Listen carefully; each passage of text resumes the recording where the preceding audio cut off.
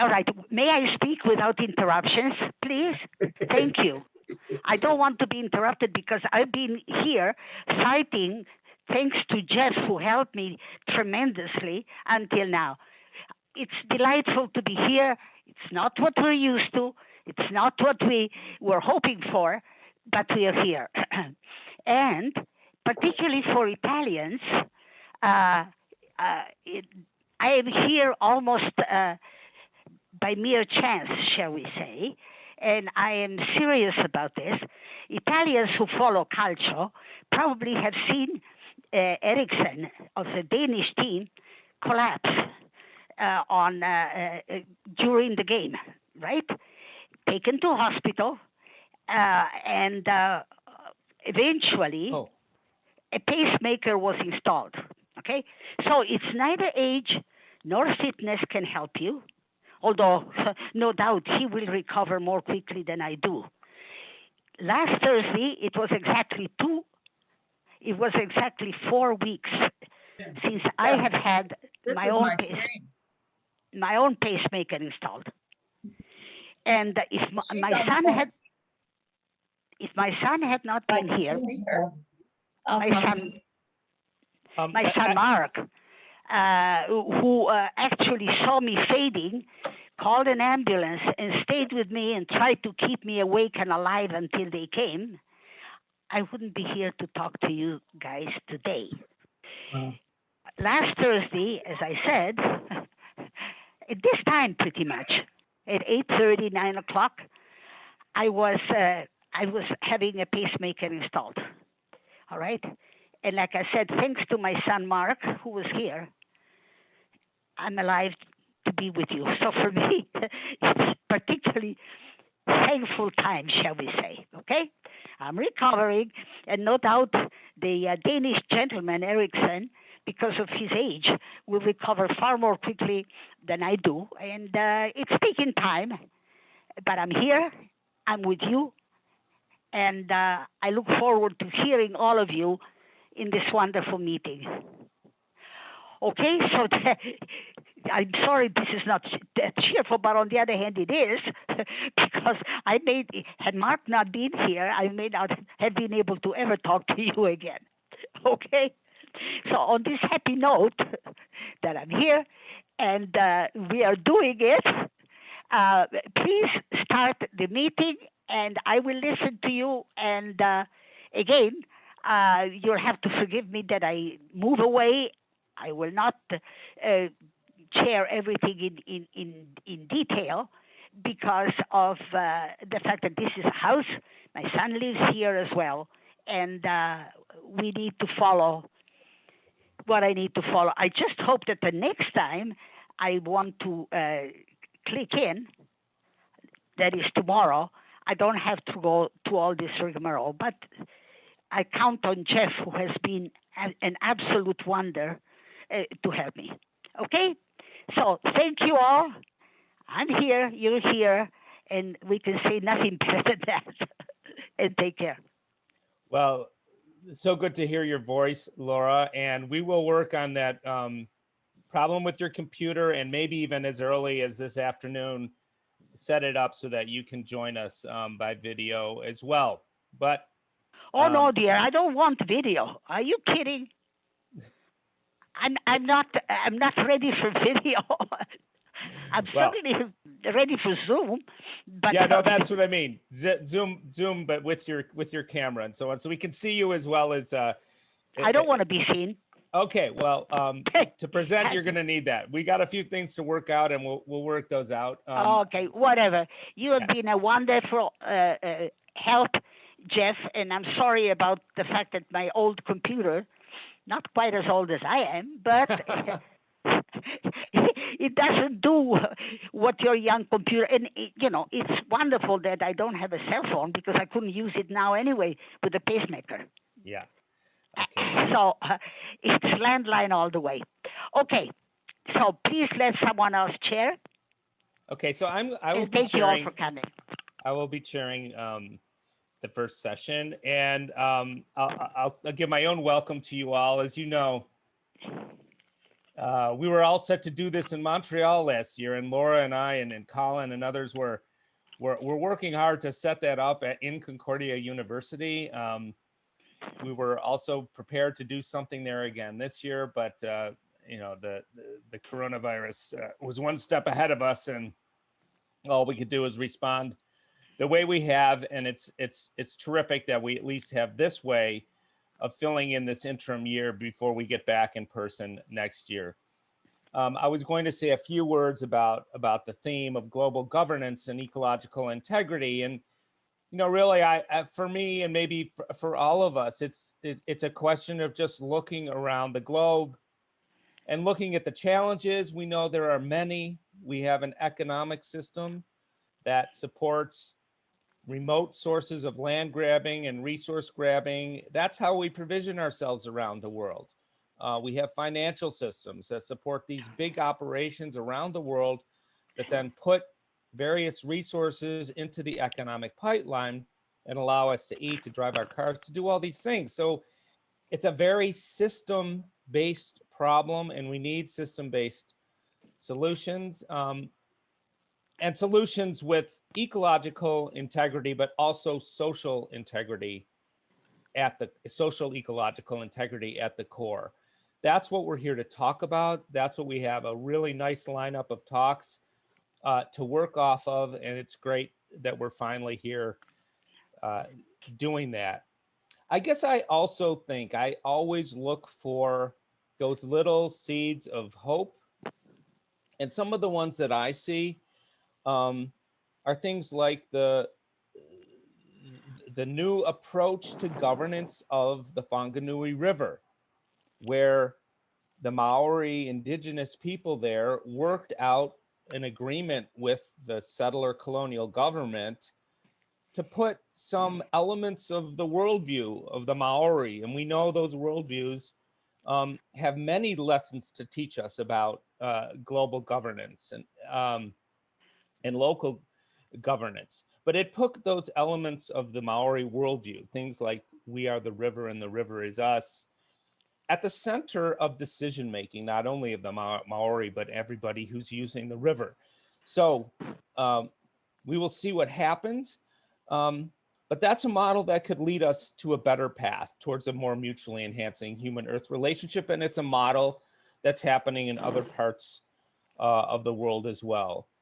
Believe it or not, I also put some hope into the Paris Climate Agreement, which, as we know right now, does not add up in terms of what we need to do to reduce climate emissions. But it does have provisions to ratcheting up or tightening the restrictions on a 5-year basis. So we need to stay on top of that. I know we'll hear some good presentations about that. At least one over the course of the next few days.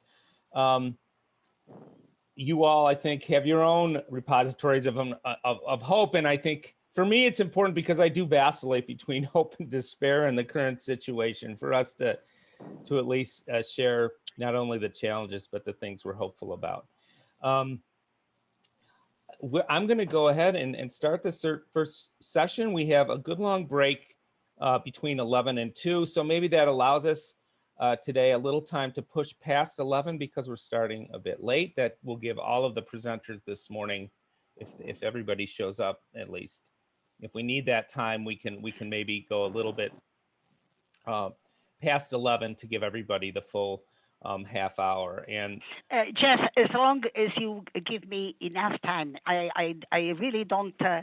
People are going to have to shorten their own time, but not take away from my 11 to 2. I will not turn off the computer until tonight at 4 o'clock. But I need the time to do the things that I need to do at that time. Okay. As I said, it's a house, and I need to eat, and I need to drink something, etc., etc. Okay. Okay. So it's brutally hot here today, and well, anyway, I need to do what I need to do. All right. So please let me hear the presentations. Okay, so why don't we, with that reminder, why don't we turn then to our first presentation, which is our one and only Katie Guesdan and Cristiane Durrani. I'll let them introduce themselves and their topic. And remember, you have 30 minutes for everything. You can use as much as as you want for the presentation and leave some time for questions and comments if you wish. Take it away, Katie and Cristiane. All right, thank you so much, Jeff, and thank you, Laura, for hosting this meeting. I know it was not easy, it was not ideal, but it was important for us to be together again. So I just wish we could be physically together again, enjoying foods and coffee breaks and just one another's company. Because sometimes the best conversations happen at the breaks when we're together. So today I'll be talking about, and with a very close dear friend and colleague of mine, global governance and ecological integrity, modern day colonialism and foreign direct investment. My name is Katie Guesdan. Other than being a humble steering committee member of GEIG, I am the executive director of an international NGO, the Center for Environmental Ethics and Law inside of the United States, as well as an adjunct professor in international law and international business transactions. And yes, I do plan a revolution at Northern Illinois University College of Law. So, Cristiane, did you want to introduce yourself really quickly? Yes, sure. Thank you very much, Kate. I'm very happy to be here for the first time in this GEIG meeting. I am Cristiane Durrani, also part of the steering committee of Ecological Law and Governance Association. And yeah, I'm also professor on environmental law, economic law, and international law. So I'm happy to share this presentation with Kate, and I congratulate everyone who is in charge of this meeting, despite all the difficulties we are suffering. Thank you, Cristiane. So just a quick overview of what we'll be discussing today. We'll begin with just a brief introduction into what we mean by global governance and its relations with foreign direct investment, including an actual definition of FDI. Cristiane will then take us into a brief history of colonialism in Brazil. And then I'll go back and start speaking about law and governance implications of FDI in Brazil. Harm to humanity, harm to the environment. Cristiane will then take us through harm to local, national, and global governance, including direct attacks on democracy. We'll end with a way forward, which includes principles of decolonial theory or active anti-colonialism action. And Cristiane will then finish with an ecological law and governance approach to decolonialization. But first, a story. So last time that Cristiane and I were together in person, because we have a lot of very early meetings, sometimes 6 a.m., to try to meet up with Klaus and Jeff, we were in Florianopolis in Santa Catarina at a conference on constitutionalism and post-colonialism. And one evening we took a walk on the beach along the ocean shore, and we met a local fisherman, and we just started talking with him. And he started to tell us about how his catch was so low and how all the other fishermen that walk this beachfront every night are having the same issue. So then we asked him, well, why? Why is it so low? And he pointed out into the ocean. That light at the horizon is a Chinese fishing vessel just outside of the EEZ.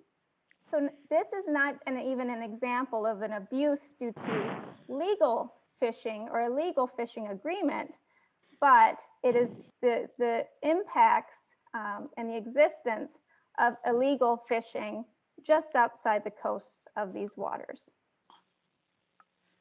And what this is a story of a global power harming a local man, a local family, a local community, a local way of life, a local industry for the trade of powerful nations, for another's economy, another's security, another's consumption. And this is what so much of this story today is about. Global relations, global governance, at the expense of the people and nature in a particular place. And trade and capitalism and colonialism all go hand in hand. So first, a little bit about foreign direct investment. Foreign direct investment, or FDI, and I'll go briefly through these because this is the boring part of the story, is a part of the larger system of international trade, multinational enterprises, and the domestic and international institutions that govern these relationships. It's one part of a system, so it will have the components of that system, the values, the processes, the purposes. Or in other words, it is all deeply connected, created by, and dependent upon capitalism and global governance. A good source of information, if you just want to learn more about this entire world, is UNCTAD, or the UN Conference on Trade and Development.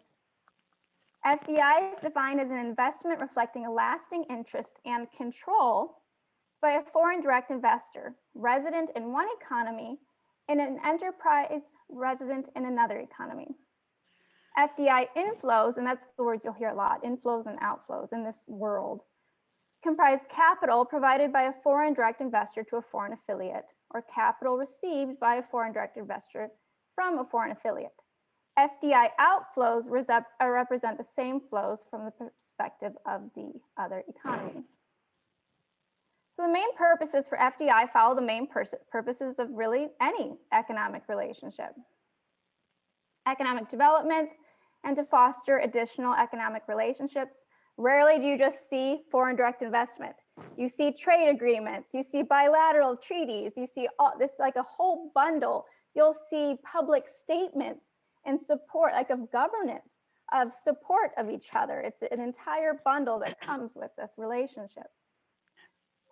Consumption and production, food security, energy security, national security, and also to export the harms from particular practices, such as the mass agriculture of soybeans happening in Brazil to be exported then to China.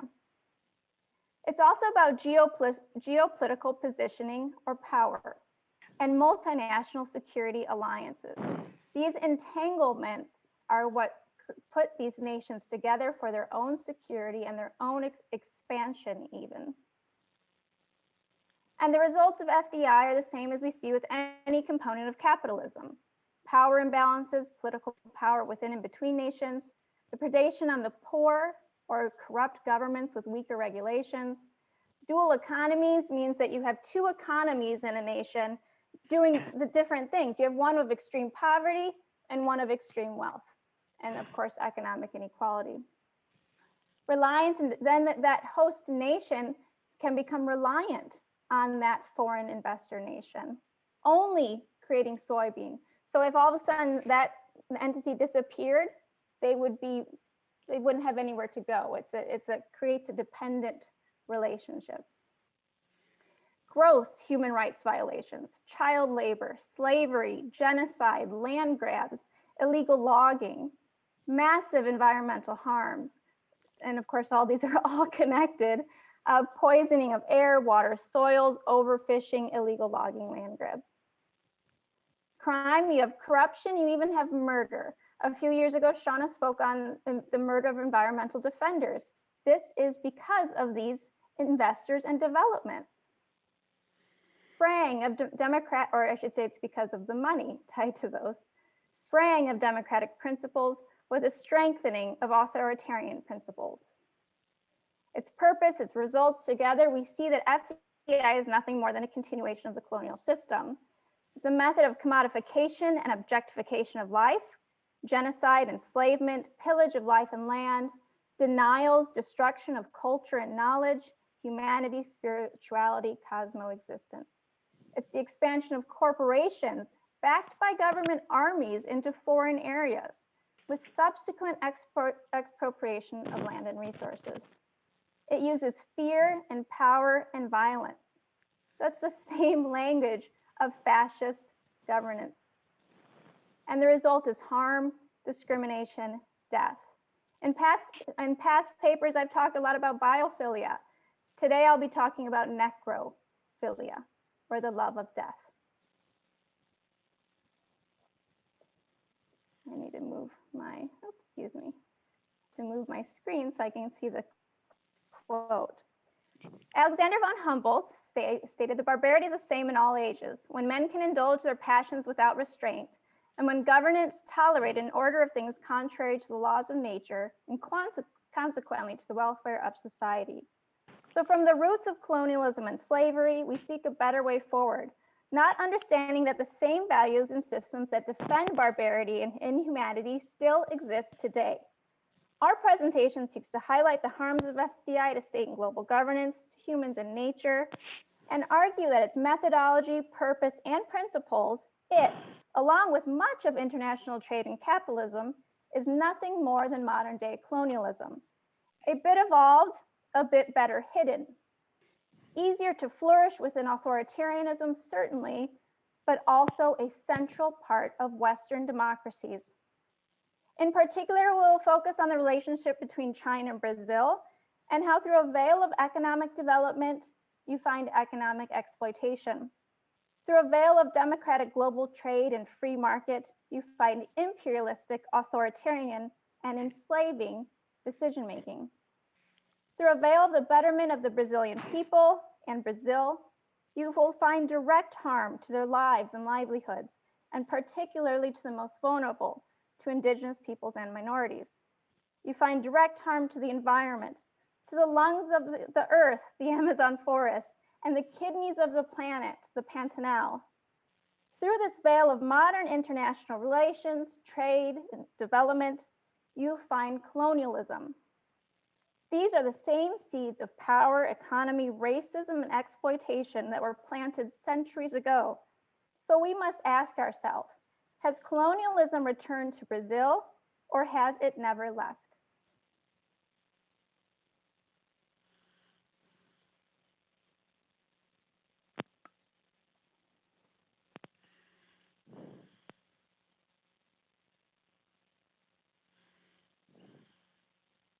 Christiane, are you on mute? Activate. Yeah. Oh, yeah, okay. Do you hear me? Yeah. Yeah, I can hear. So continuing the point, just a brief history of colonialism in Brazil. Very brief, just bullet points. But I say that the name from of Brazil itself is derived from a colonial exploitation. The Brazilian colonial history is the history of logging, deforestation, and plundering. So stamped in its country's name, Brazil comes from an important tree used to color in red fancy textile. So Brazil timber was the name. And it was the first economic activity of colonial power in the 16th century. After the extinction of this Brazil timber, logging continues to furnish timber to merchant and war vessels during the 17th and especially in the 18th century. Beyond logging, deforestation increased with the colonial trade on sugarcane, cocoa, and coffee that were the main economic activity in Brazil from 17th to 20th century. Even after the independence, the colonial main activity was kept until recent times, where soy plantation and meat exportation replaced the basis of colonial activity. Throughout all these centuries, legal and illegal trade developed hand in hand. The commerce led by the Portuguese crown was severely attacked by pirates and smugglers of all nationalities. But this kind of game still exists. Even after the Republic, the coexistence of illegal trade and of natural resource and the legal trade of them was always a kind of an externality of the exploitation of nature. All this extensive activity, agriculture, logging, mining, are developed over uh, already occupied territory. So even in the forest, much of the activity is made over communities, depossessing them and occupying and the land and destroying that. And also, this occupation is followed by illegal works that respond today for the slavery that we had in the ancient times. And all these activities are also followed by murders and the violence in the forest and the countryside. So maybe you can choose the change the slide, please. I don't know who is presenting. Kate. Oh, maybe no. I'm going to keep on this slide and yeah. And no, yeah, we can change it. We can change it. Well, as you see, the capitalism and the industrial revolution since their beginning were nourished by natural resources plundered from America. Independence doesn't end coloniality, nor slavery, nor smuggling. What has been changed was the way this kind of exploitation is made. Now we have the trades and we have the FDI. So the competition and race for profitability increase control over nature and society. It's a question of development of capitalism to control nature and society. And who controls nature controls also the decision on how the relationship between society and nature is made. The one step forward after the decolonization process, already in the late 20th century, after the World War II, was the recognition of a very important principle, the permanent sovereignty over natural resource. The permanent sovereignty over natural resource was recognized by General Assembly Resolution 1803 in 1962. And this resolution was the first step to the development of FDI regulation. And what it is all about, it's about the guarantee sovereignty to the decolonized states and give them the freedom to trade their land, their energy, their minerals and natural resources as whole with investors, with these big transnational companies. Just to give you an idea, just about land we are talking, because FDI is about all natural possible resources existing in these countries, but about the land in Brazil, from 2008 and 2009, 56 million hectares of land were negotiating, comparing to a rate of 4 million hectares negotiated a year before 2008 around the world. So potentially to large scale agriculture. You can see the coincidence about date. So this is a data from a World Bank. And what happened in 2008 to the collapse of financing stock market. So the money was driven to another kind of investment, the FDI investment, buying land, especially for agriculture. And if you remember, at this time, was produced a large study talking about food security. So all these are connected. And well, when we talk about it, we see that officially 2.2 million hectares are in the hand of individuals, and 1.72 million are controlled by corporation. And this, all these, following the data of National Institute of Agriculture in Brazil, are the ownership of foreign. So foreign companies and foreign individuals have the ownership of a 3.94 million hectares of land in Brazil. And these data do not consider the land, but through fraud and also other legal trick that permit their acquisition. So this kind of investment results on the control of water, soil, forest, land, and food. And this ensures the control of nature. It is in fact the control of social choice about how to relate to nature. And the depression,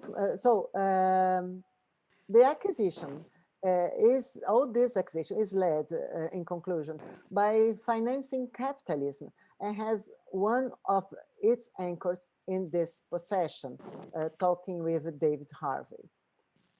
Well, and then I pass to Katie again. Thank you. And I think you made several really excellent points just about how part of all of this is the externality of harms. It's other nations sending harms elsewhere. Also that it's capitalism that controls all of this. And as far as the FDI numbers, you know, they did take a nosedive during COVID, and they're moving back and back up again. So it's like, Jeff, what we've talked about, how the land is just returning to business as usual. And unless we form some type of a wedge to get them to think that we cannot be returning to business as usual, it's already happening. So just some things to think about. So here I'll just open up a little bit about the law and governance implications of FDI in Brazil. Harm to humanity, harm to the environment, because you really can't separate the two. It is difficult to name the harms that result from FDI in a resource-rich nation, and it is not difficult to name who and what is responsible. Simply look at the treaties and the agreements. But the process for justice to make the harmed whole again, to stop the harm, that's an entirely different matter. Colonialism cannot be toppled overnight. People have been trying for centuries. We are talking about often legal systems of harm and abuse by the most powerful nations on earth and the most powerful institutions on earth, and for the most powerful of reasons: economy, security. These harms are embedded in the ruling national and global governance systems, politically and economically. The grasp for geopolitical power through the power imbalances between nations is modern-day colonialism. Capitalism is modern-day colonialism. Making political decisions that create the poor with intention, keep the poor poor, and broaden the divide between great wealth and extreme poverty is modern-day colonialism. Exploiting and dehumanizing children and women, treating indigenous peoples and minorities as less deserving of human rights, public health, freedom, even life, is modern-day colonialism. Targeting nations for their natural abundance to assert, use, destroy, is modern-day colonialism. The harm to humans and the harm to nature is intimately connected, and deception and greed and corruption and cruelty are at the heart of it all. And it is all a system that we are all responsible for, because it is from our elections that these decisions are made. It is our consumption and production patterns. It's our advocacy or our silence. Can someone mute? I hear a lot of background noise, if that's okay. Sorry. Brazil is one of the biggest FDI receivers in the world, and they are an attractive market for international investors due to several factors. a very large domestic market, as they would put it, we would say population, their economy, or perhaps their historic debt, the availability of easily exploitable raw materials, and also their strategic position to access other nations in the South. So you see it spreads, and their political environment. The current Bolsonaro administration has opened the floodgates on foreign development and trade agreements. Fishing, agriculture, soy, meat, all to China, logging, while at the same time turning a blind eye to the enforcement of environmental and criminal laws that protect those most at risk from FDI, land grabs, illegal logging. He and his ministers stand accused of committing crimes against humanity, innumerable human rights violations, and even being part of a vast criminal enterprise that profits from all of this destruction. We cannot separate the harms to humans from the harms to the natural environment, especially when one is due to the other. Land grabs occur for consumption and production, for human consumption and production. Illegal logging occurs for trade, economy, power. Human rights will always be a critical component of any response to colonialism, as it exists because of the dehumanization of people. Indeed, it's dependent upon it. And it not only relies on the oppressor dehumanizing the oppressed, but also the oppressor becoming dehumanized in the process. Colonialism was and is an act of inhumanity, rendering both the conquerors and the conquered more ferocious. And it still exists today in its ancient and modern forms. When the Europeans introduced their new crops and the system of slavery that accompanied them, Humboldt believed that far from being beneficial, they increased the immorality and the misfortune of the human species. The introduction of African slaves ravaging a part of the old continent brought discord and vengeance to the new continent. The soil and soul of the nation was being ravaged. Simon Bolivar extended the concept of slavery from physical enslavement to political powerlessness, to citizenship in a land where unjust rules ruled.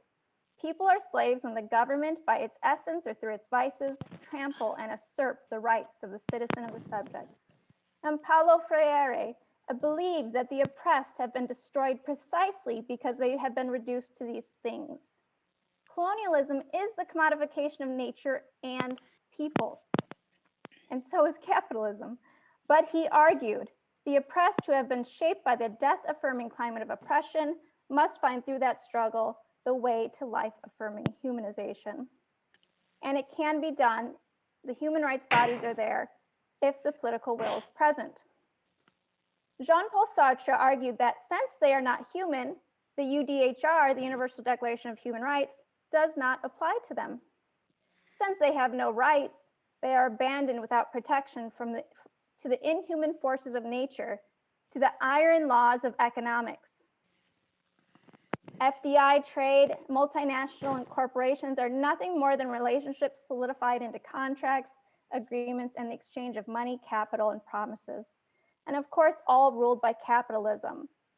Sartre believed that the colonist is above all an artificial consumer, created overseas from nothing by a capitalism which is seeking new markets. And so the links of capital links nations. And approval for FDI could be tied to other trade agreements or political arrangements, or even a blind eye to violations, like the illegal fishing vessels near the coastal waters in Brazil. Who was stopping them? And each of these related deals have massive human and environmental damage, like a recent agreement to export more fish to China, trade agreements for massive pork, soybean, beef production, development of a railroad or a road, and we know the harms and the role of roads in colonialism. And so we are beginning to see how one simple investment is never one simple investment, but an entire enterprise that consistently grows and consistently harms, compounding harm. With China and Brazil, you see the needs and acts of China, with the agreement and complicity of Brazil, irreparably harming both the people and nature of Brazil, and for the benefit of China. The projects are carried out for the benefits of the colonists. And here, as with all situations, there's internal and external colonialism, external from China, internal from the political leaders within Brazil. Indeed, it is the purpose of FDI to have these forms of colonial relationships. But Bolsonaro may argue, well, we must have these relationships. We must destroy the forests in order to have economic growth. We hear that all the time. I wonder, as Sartre frames it, would the indigenous thank their leader for being born into poverty, their culture destroyed, living as slaves, and dying in hunger?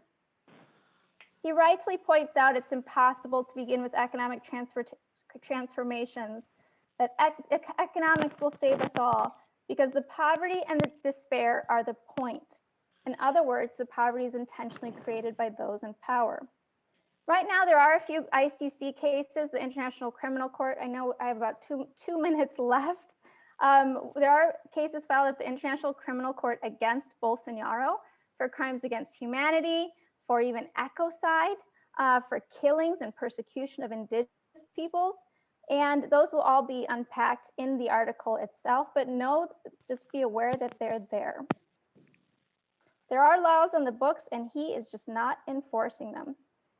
But this shows what the relationships involved with FDI and international trade agreements. There are several aspects of human rights to consider. First, what are the human rights impacts of an FDI project? And second, what is the value or importance of human rights to the host nation and to the foreign entity? Were weak human rights protections a draw for that foreign nation? Weak labor laws? A reason for the agreement even? Should the host nation care about the human rights violations occurring in the nation with whom they are making a financial arrangement? We see this every day. No, they don't care. Human rights always fails. And money always leads. I have so much good stuff, but I don't want to, here, let me just get to this last part. Okay. So we know there's a big gap. There's a big issue with human rights law, gap between words and actions. We see this internationally, and of course we see it nationally as well. And what about as for nature? For life, capitalism, colonialism is a death cult. That is what we are up against. Paulo Freire says oppression, overwhelming control, is necrophilic. It is nourished by death, not life. There is no biophilia, only necrophilia. While life is characterized by growth in a structured functional manner, the necrophilious person is driven by the desire to transform the organic into the inorganic, to approach life mechanically. We see this all the time. Instrumental rationality, as if all living beings were things, memory rather than experience, having rather than being. The necrophilious person can relate to an object, a flower, or a person only if he possesses it. Hence, a threat to his possession is a threat to himself and his power. If he loses possession, he loses contact with the world. He loves control, and the act of controlling, he kills life. Fortunately, I have a lot more to go on. Jeff, how would you like to move forward? We have a few more. I know that the third panelist from Nigeria is not with us. So we could finish up, or no, I think we need to stop and keep to the time. And if we have time at the end, we can move the conversation back. There were some questions, but I think we need to proceed that way. Thank you. Thank you, because I'm afraid I'm not going to turn the whole thing off, but I need my timing as originally arranged. Absolutely. Yeah. All right, sounds good. Thank you so much. Thank you. And hopefully we'll be able to pick this up later. Thank you. Thank you, Katie. Thanks you very much, Katie and Christiane. You really opened up with some of the things that were on my mind as I started thinking on this theme. It's such a fitting start to the theme of global governance and ecological integrity. Our next presenter, I'm not sure, is with us, Jeffrey Nwaka. Unless he's on a different name. Jeffrey, are you with us? I don't think so. Okay. I tried to reach him, but I didn't have his email, and neither did Katie. So. Okay, so let's move then to Joe De La Pena, who is with us. And Joe, the floor is yours. And again, I will give you a 5-minute warning and a 1-minute warning. And at the 0 time, I will really nudge you to wrap up. So take it away. Thank you.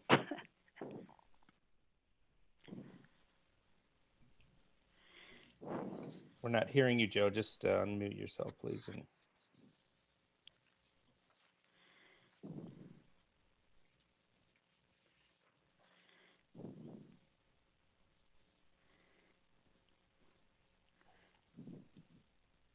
Where is Joe?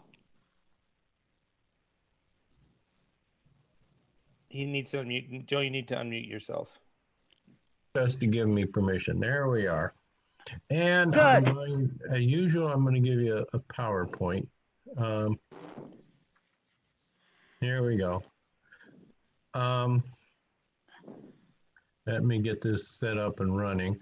I will begin while I'm setting up the PowerPoint by mentioning that just about everything I'm going to say in this talk about Trump could be said about any of Trump's policies and not just about his war on ecological integrity. But obviously that's our focus, and I think it's a very important focus. And I'll begin with a personal aside. I'm not going to animate all the slides, but I did animate this first one. I must say that about a month before the election in 2016, I left the United States after voting by absentee ballot.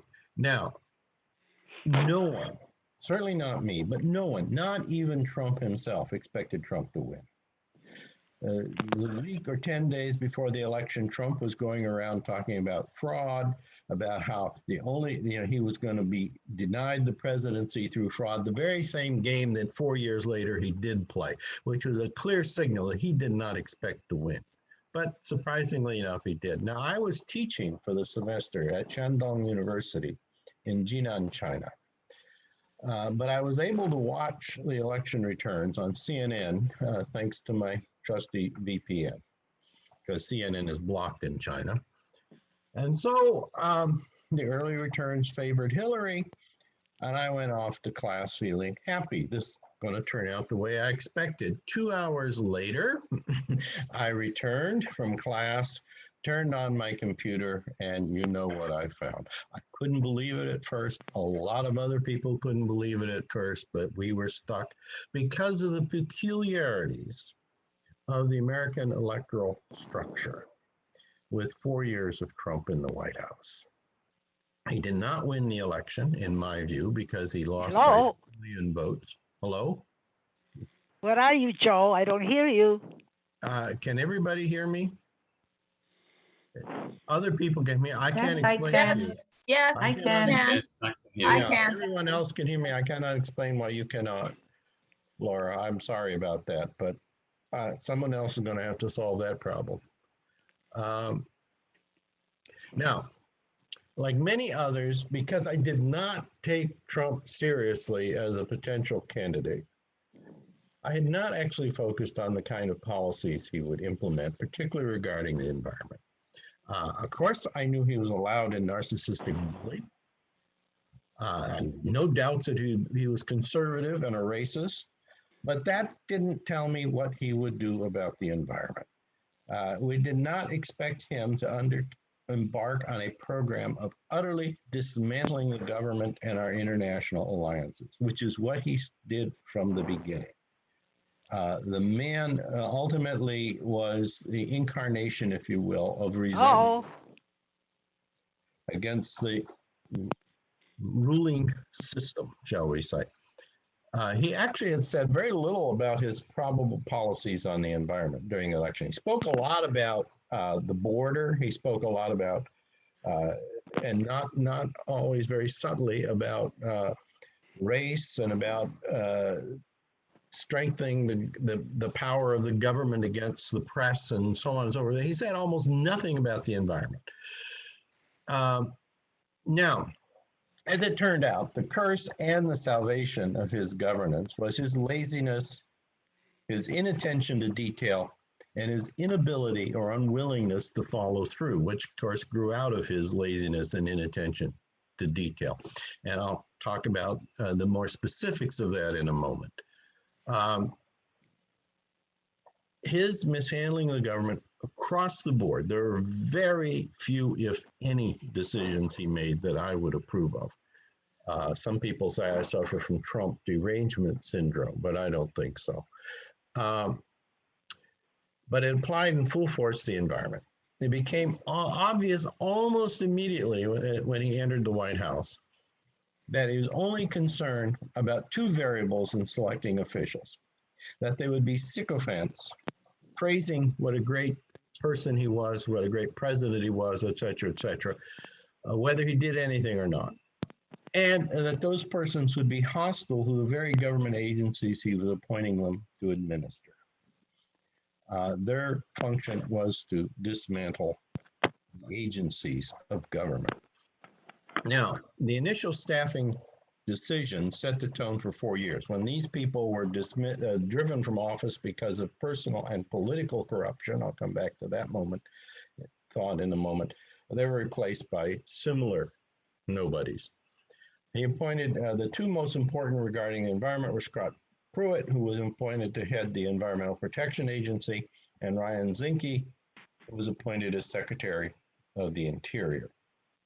Now, both of these men had built their entire careers by fighting the very agencies they were now appointed to head, who had spent their entire career espousing radical critiques of these agencies and demanding that the agencies be scaled back or even abolished. And now they were put in charge. So that's what I would call political corruption. That is that they were completely antithetical to the job they were supposed to be doing. But it turned out they were both also personally corrupt. That is, seeking to enrich themselves from the jobs they were appointed to do. And that personal corruption is what drove them from office eventually. Both were gone within 2 years. And again, because of personal corruption. It also became rather an open question rather quickly. Did Trump actually have any policy goals, at least with regard to the environment? And it seemed that he had only two. One, and this was again across the board, not just the environment, dismantle any policy initiated by Barack Obama. We had 8 years of presidency for Barack Obama. We have never had a president come in the history of the United States who thought that he should and would and could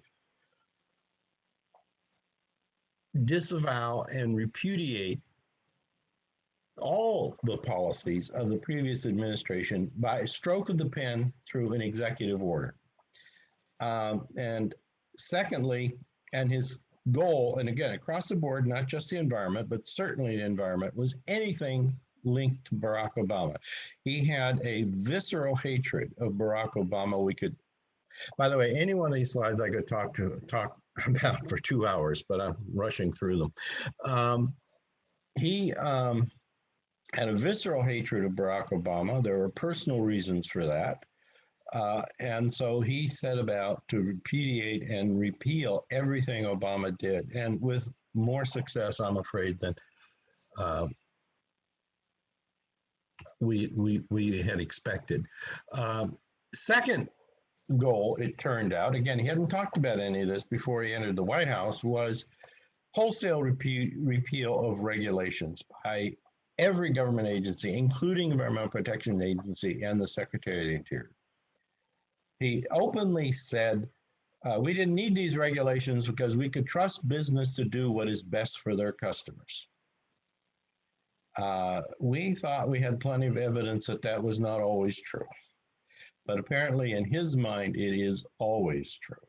And therefore, all regulations needed to go. And he certainly set about to do it. Now, for example, and these came within days of Trump entering the White House and putting people like Ryan Zinke in charge of things, you had them undertaking to repudiate existing policies, especially if they were linked to Barack Obama. So he announced within days of taking office, Ryan Zinke, that they were going to re-examine the justification for and the size of all national monuments. National monuments are created by presidential executive order, and they basically set a parcel of land that already belongs to the federal government. We're not talking about taking over private property. It sets development limits on those areas have been declared national monuments and precludes most forms of commercial activity within the national monument. Not all, but most. And Zinke particularly singled out national monuments created by order of Barack Obama. And two examples are the Bears Ears National Monument and Grand Staircase Escalante National Monument, both located in Utah. And I'll show you a picture of those in a moment. He announced in the process, both of these national monuments, by the way, were strongly supported by the indigenous people, the Native Americans living in or near the monuments. And so he announced we're going to consult with the Native American groups about any change of these monuments, and no such consultations occurred, as the Native American leaders loudly protested. Many of the monuments studied were reduced. Some, like Bears Ears and Grand Staircase Escalante, were reduced by 90%. This was within the first few weeks of the administration. Scott Pruitt began the wholesale repeal of existing EPA regulations, again, particularly if created during the presidency of Barack Obama. One of the first to go was the climate change regulations, or wasn't even a regulation, it was a program, really, a policy that had been announced by the Obama administration after they signed on the Paris Accords. And as you know, shortly thereafter, they announced they were leaving the Paris Accords, again, because it was linked to Obama. Here are pictures. Take a quick look. This is Bears Ears National Monument, part of it anyway, in Utah. And this is part of Grand Staircase Escalante National Monument in Utah. As you can see, very much wilderness, very much, if you will, examples of ecological integrity.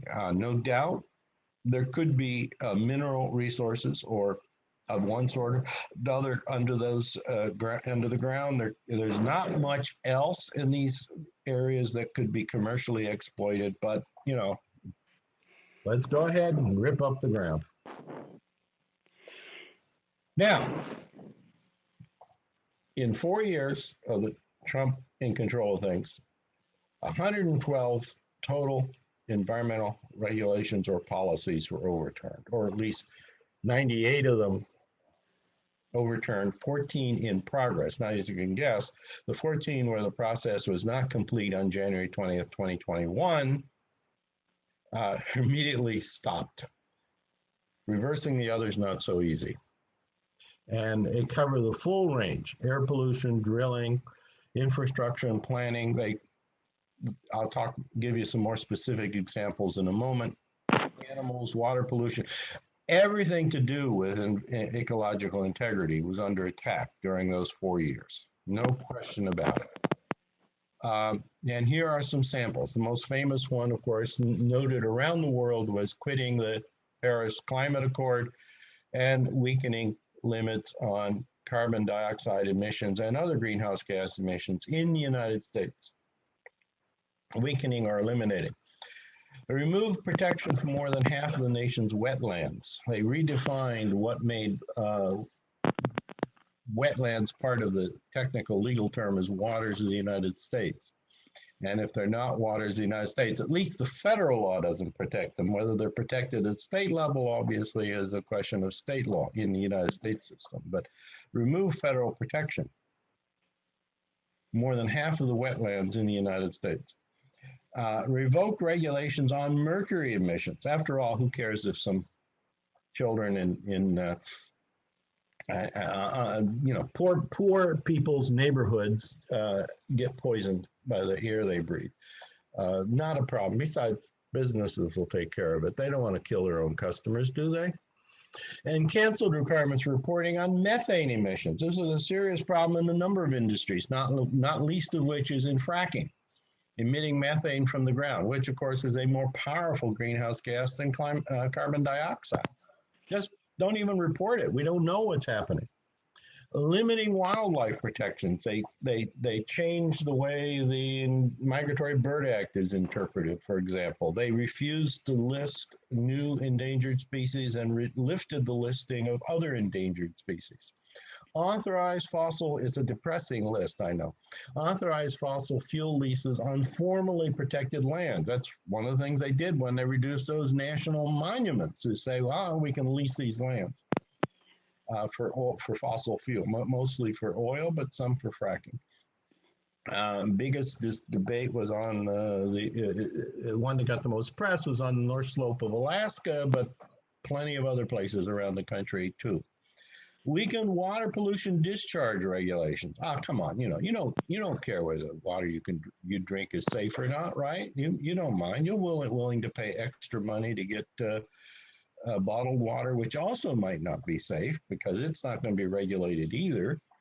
Authorizing the Keystone XL pipeline, which I spoke about with this group several years ago, and which have been effectively blocked under the Obama administration. Again, within days of taking office, he reversed all hindrances to the completion of the Keystone XL pipeline. And in the end, of course, it took the judges to stop it, but that's another story. And weakened environmental impact assessment process. It created a whole new exception where agencies could decide that a long list of proposed actions did not require an environmental review before they were undertaken. And this is not a complete list. I mean, this is not 98 things. This is just the highlights or the lowlights, if you will. This is pretty awful stuff. Now, they did provide sort of legal and political justifications for what they were doing. They claimed that agencies had overstepped their legal authority in adopting the regulations that were being overthrown.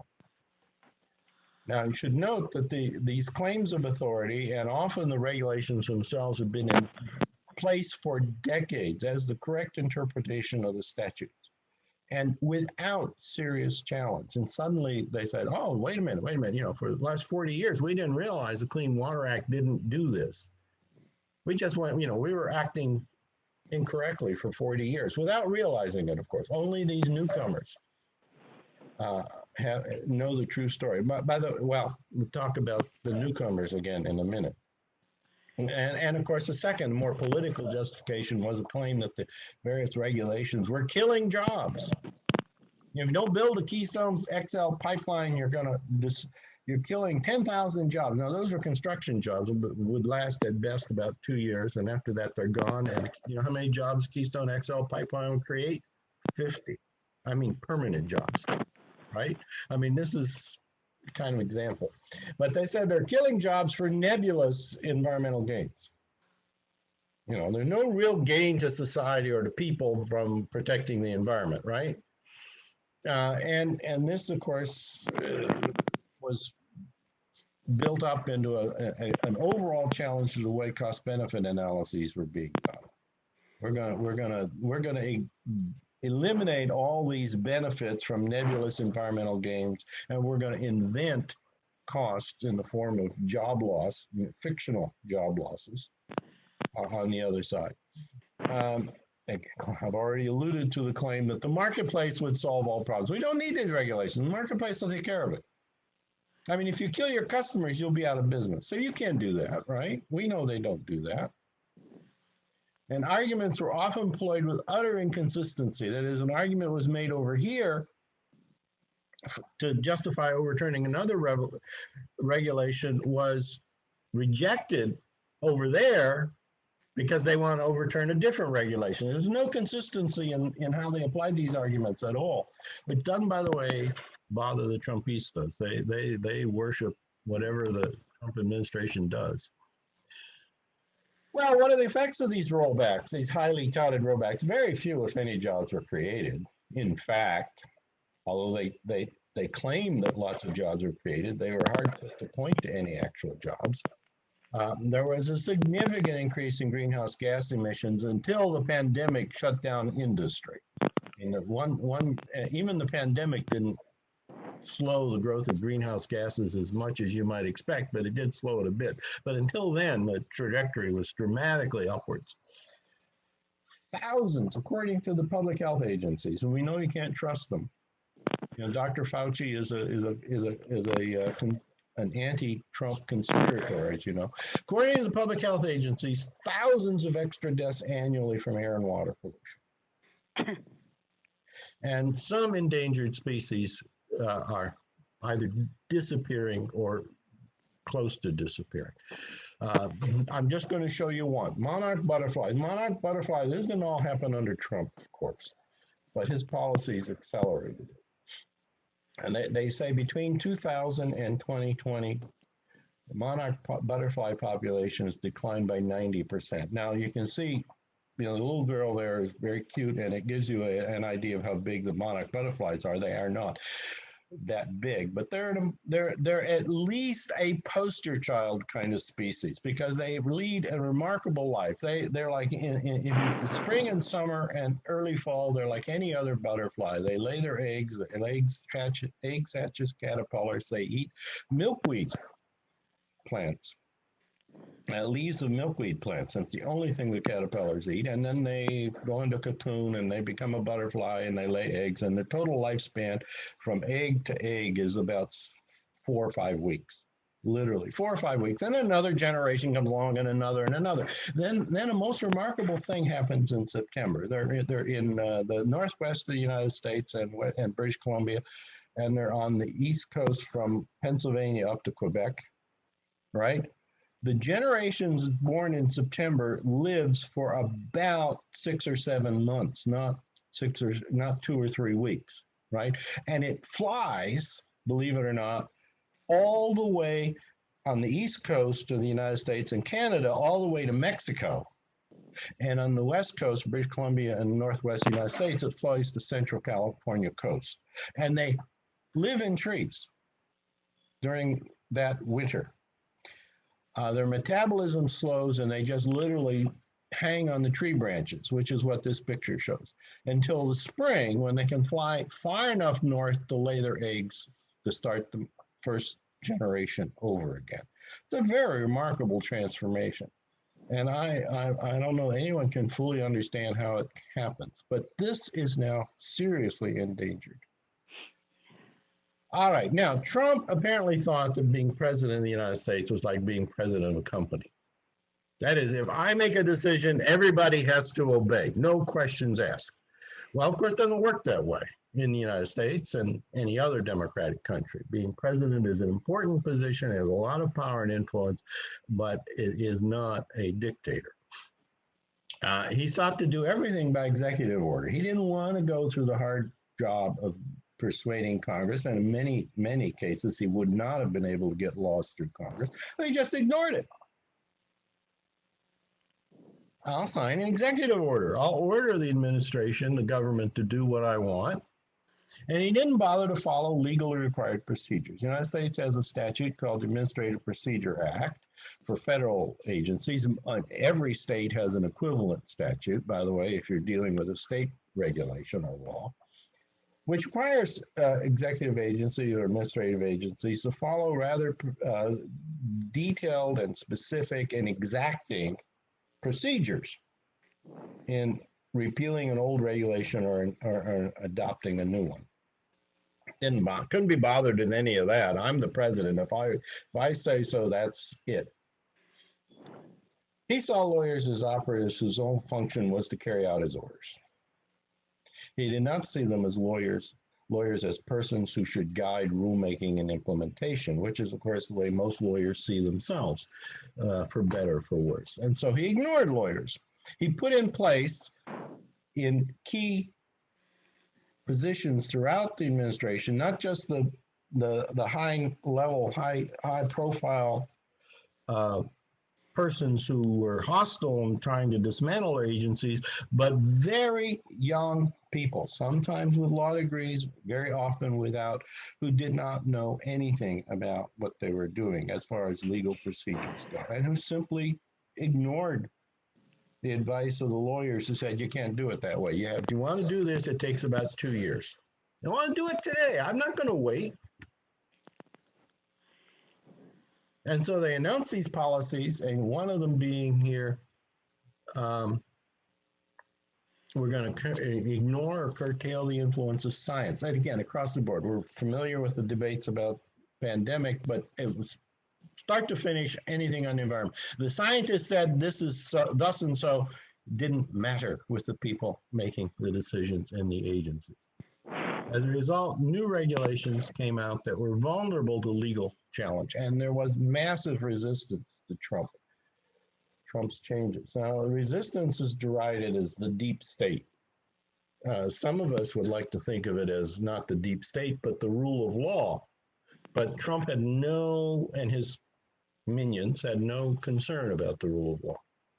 The result is the government's lost more than 50 cases challenging the new regulations. Of course, they just thrown them out because they didn't follow the right procedures. They could have made these things far more effectively if they had. Only after they lost, which might take a year or two after the initial policy was announced, during which time, by the way, the policies were generally stayed, not allowed to go into effect. They had to go back and begin again, and it took another 2 years to get those policies in place. The result, new regulations and policies came into effect, if at all, only near the end of Trump's time in the White House. Some new rules, because they were either hadn't been completed or were completed so close to the end of the administration, were simply withdrawn by the new administration. Get rid of them. They had, moment Biden won the election, he had teams of lawyers drawing up, list of all these regulations, what could be done about them. And among other things, some of them right away. Anything Trump did by executive order, Biden could undo and did undo by executive order. That's one of the failings of not using legislation. There's something called the Congressional Review Act. Until Trump, the Congressional Review Act, which gives Congress the power within 100 days of a new president coming into office to overrule any regulation or policy adopted by the prior administration within, I think it's 100 days before that prior administration left office. That had been used exactly once before Trump came into office. In the whole history of the United States, it was used 14 times by Trump. It's already been used more than 20 times by Biden, having the Congress simply overrule those regulations by congressional review. And some of those new regulations are now in place. They followed the procedures. They got it done sufficiently in advance that it can't simply be overruled. And it would take at least 2 years to reverse them, going through all the procedures of the Administrative Procedure Act. So we're kind of messed. Now, last slide if you're worried. All right. There are a number of sad lessons from all of this, as you might guess. Well-established regulations and policies, which at least for the first 25 years of the era of environmental regulation, which roughly speaking began in 1970, were adopted through a bipartisan consensus. They're adopted by statutes enacted by Congress with substantial bipartisan majorities. They were adopted by agencies under both Democratic and Republican administrations. There wasn't a sharp divide for at least the first 25 years, and often afterwards as well. They proved remarkably fragile before a ruthless demagogue. We thought they were well entrenched, well in place, that it would be difficult to overturn them. Turned out not to be that difficult at all, unfortunately. The policies that Trump's demagoguery had enabled were in fact had been espoused increasingly within the Republican Party for the last 25 years. That bipartisan consensus began to break down in the mid-1990s. And the Republican Party has moved further and further and further to, well, it's customary to say to the right. I don't know if that's accurate or apt description, but they've moved to a further and further radical opposition to any kind of government, libertarianism in a sense. So the final lesson is Biden has to do a good job. He has to do a good enough job to sway centrist voters, and even some Trumpistas, I hope. Not very many, because they seem impervious to facts, to accept the reestablished protections for ecological integrity and a lot of other policies, where we could see this whole scenario replayed again in 4 years. All right, do I have any time? I'm not even sure. No, you're pretty much out of time, Joe, but that was a really terrific presentation of what we've emerged from after 4 years. But listen, we will hear from Colin, and then there'll be some time left as we head towards 11 a.m. that any of you can elaborate a little more and address questions that are showing up in the chat, if that's okay. That's fine. Great. Well, thank you very much, Joe. Let's now turn it over to Colin, who will have our last presentation of the morning. Colin, take it away. Thank you, Jeff. Thanks, Katie. Thanks, Laura, for including me on the program, organizing it. This high-tech situation is awesome. I'm going to try and share my screen. Whoa. Okay. First problem, okay. Where is my screen? You should have your whatever you want to present open. Okay, let me go back then, and I'll do that first. Sorry. Now how do I get out of that? My apologies. Okay, here it is. And I'll put it on for PowerPoint. Now, Those Jeff, of you I'm sorry? I can't find you now. Oh dear. Well, press escape. Press your escape button and you'll get rid of things. I think that should get you back to ground zero. Did that work? No, I'm frozen. Oh God. Okay, well, just go ahead and open your PowerPoint and we'll see if things stabilize. Is it open now, your PowerPoint? My PowerPoint is open in full PowerPoint presentation mode. I probably shouldn't have done that. No, yeah. You don't want to do that yet. So what you do is just end your show, end the PowerPoint slideshow. Yeah, it's frozen and I can't. Oh, wait a minute. Something happened. Oh dear, I'm having the problem I guess Laura was having earlier. Oh God, now it's all blue. Colin, you can also email it to me real quickly and I'll just take you through it. Katie, it seems that I have to reboot my entire system because it literally has frozen. Oh no, well we have time, so don't worry. I've just got to clear. All right, I'm going to have to force the shutdown and re-enter the whole conference. Okay, I'll come back. Give me a minute. All right, good. So why don't we while Colin is on break, if Katie, if there any you want to elaborate on? Yeah, there were just two hopefully helpful slides to help bring our argument. Oh, sorry, there's an echo now. To bring our argument to a close. So Jeff, if it's okay that I just pull those up and I'll just take you through them very quickly. I have, what I consider amazing stories to go along with them, but we don't have the time for that. So let me just do, let's see where we're at. Okay, and let me go to my presentation.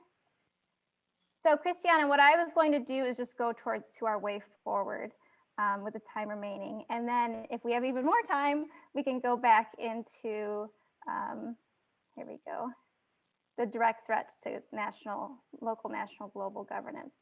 But I thought these 2 points here give direction and actually, so. All right, so this is where we're at now. A way forward, principles of decolonial theory in action. And if Colin jumps back in, I can take this off, no problem. So just to quickly go through some of them, the key point of decolonial theory in action is action. It's intentional, committed involvement, anti-racism, anti-colonialism. I see Colin just came back in. It's also about a new humanism, rejecting a humanism that was born out of the Declaration of Human Rights and all these beautiful human rights documents that dehumanized people so those documents didn't apply. So this new humanism is based on inclusivity, not exclusivity. A sustained quotidian commitment to the struggle for liberation. So it has to be in our day-to-day life. Human rights must be afforded and defended. A form of struggle and survival. This is a survival story. This is why Fanon and Sartre will actually argue that violence is necessary to counter the violence that's been thrown at them. And then, of course, you have Arndt and others who have said no good governance system can come from violence. It's an existence-based practice and response, a forceful rejection of race, gender, heteropatriarchy, and it also brings in feminist principles that we talk about all the time in our work. Relations are key, the removal of a hierarchical structure. And lastly, it speaks to what we do as GEIG members. It's the intellectual commitment to social and political transformation at a global scale, forging links between engaged academics and specific, often local practices. So did Colin want to jump back in? I think we need to. I think we need to let Colin go. All right, Colin, and then this is just for Christian if we on ALGA principles. So great. Okay, Colin, are you? Thanks for the time. Colin, are you there? I am. And would you? I'm sluggish today. Well, that was Carl Craner, Jeff. Oh, yeah. So no, I'm asking for Colin and. Yes. I see. Jeff, can you hear me? Yes. Great, thank you. I've re-entered as is obvious. I did send my PowerPoint to Katie. So if you could, just in case I have trouble, if you wouldn't mind. Well, do you want to try? Are you going to try and share your screen first, or would you like Katie to just go ahead? I think let Katie just go ahead. It'll be more secure that way. Okay. Thanks, Katie. I hope. Okay, I'm just going into my email now and pulling it up. Let me get that out. Hold on. Did I do that right? Okay, let me get all this out. Let me go into my email. Oh my gosh, I have things popping up. Okay, did you send it to my Gmail? No, let's see, my work email. There you are. Okay, one moment. And I found it. Of course, let me open it up. Thank you. Teamwork. Thanks so much. Okay, it says it's opening. Hold on. Okay, come on, open, yay, there we are. And one moment. Okay, and now I will share my screen. So hold on. Thanks, Katie. Share, and let me start the slides. And just let me know when to change. Thanks, Katie, will do. Okay. All right. Take it away then, Colin. Thanks, sorry about that. I'll give you a 5-minute notice. Thank you. Okay, so I'm going to present to you something that I've been working on for certainly since I met Carl Craner or read Carl Craner's book in 2011 called Toxic, Legally Poisoned, I believe was the title of the book. And it dawned on me that what was going on in the tort situation was that cases were being brought to courts and the science of epidemiology was completely being misused. It led to the question in 2011, 2012, 2013 as to how this could be happening. And it seemed to be based in conflicting interests, conflict of interest situations that scientists would essentially find very seductive, the offers of millions of dollars a year in retainer fees from law firms supported by corporate interests. And financial conflicting interests was what was the concern. In 2014, I therefore started a project, and I'll come to that brief history in a moment. So I'll be talking to you then about what I discovered thanks to Carl Craner in 2011. So I'm so pleased he's joined the call to hear this presentation. And I will explain to you what this toolkit is all about, and I'm thrilled to be able to tell you that after 4 revisions of a peer-reviewed journal, it has just been accepted a few days ago for publication, and it will be appearing in the next 6 weeks, I believe, and it will be accessible free of charge as an open access article. And I say this because we believe that this is going to have a profound impact in the world of policy. And I'll come to that in just a moment then. So Katie, if you wouldn't mind changing slides. So we heard from Laura initially with the setting up of the program, and from Jeff earlier, the introduction, that the theme of the conference is global governance and ecological integrity. And you'll see I've got the words highlighted. Can you actually see my pointer or not, Katie? You won't be able to see my pointer. No, yours. Okay, well, governance and integrity are the interface of this presentation. So it falls nicely within the theme of the conference. Now, there are a couple of assumptions that we make in science. Science is used to inform policy. And of course, policy can be policy without being informed by anything rational, but science is the rational basis for informing policy. And scientists are expected to operate with integrity in the application of the scientific method that is relevant to their particular specialty or subspecialty. But if the scientist lacks integrity, what then is produced to inform rational policy? I submit to you that distorted science, to go back to the title of this talk, distorted science undermines health policy and derails the advancement of science. Next slide, Katie. Thank you.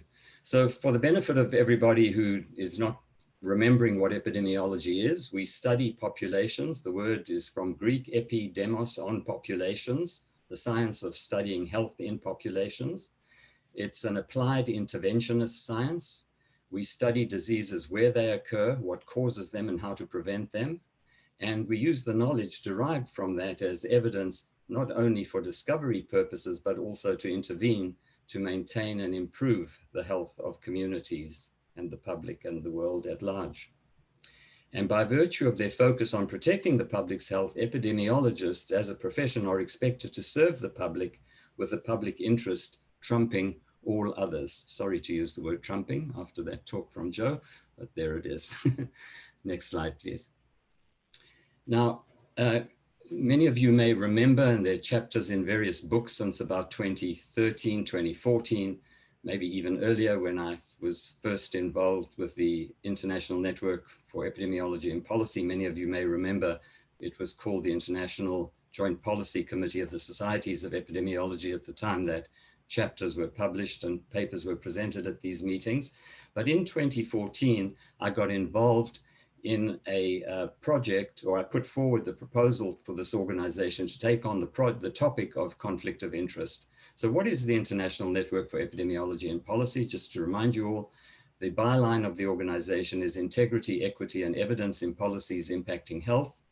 INEP works at the interface of research and policy to maintain and protect the public's health, and they do this by 3 mechanisms: creating and disseminating evidence-based knowledge about epidemiology, supporting capacity building of experts to translate research and science into policy, and the one in green at the bottom is the highlight of the focus of this particular talk, of this project that was endorsed and supported by INEP just in January of this year. It was launched, the final product of this work, recognizing and highlighting the misuse of data and potential corruption of the science practiced by epidemiologists.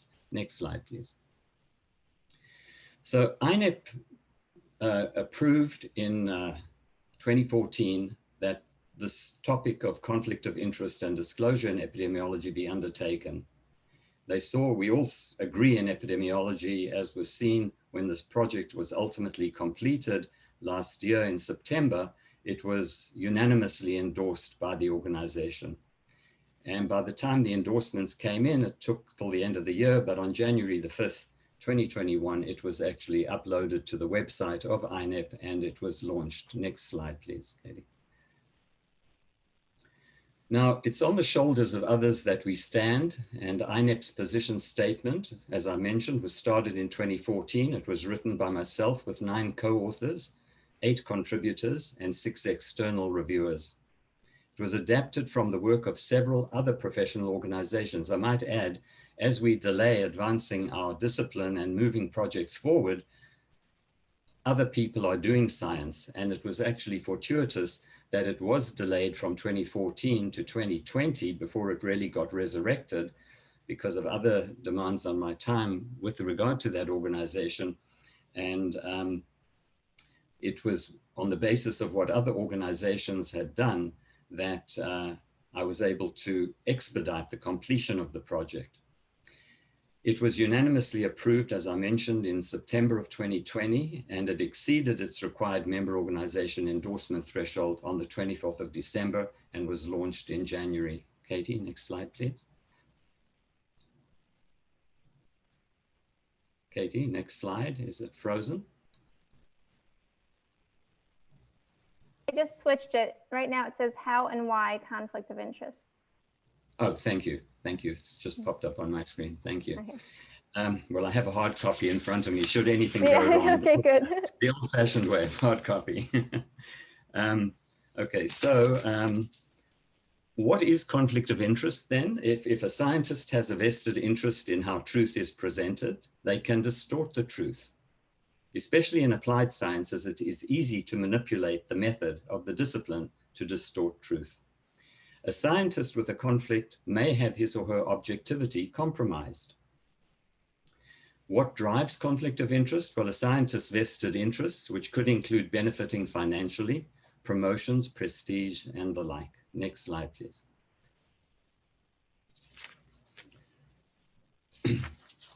So how do conflict of interest practices affect epidemiology?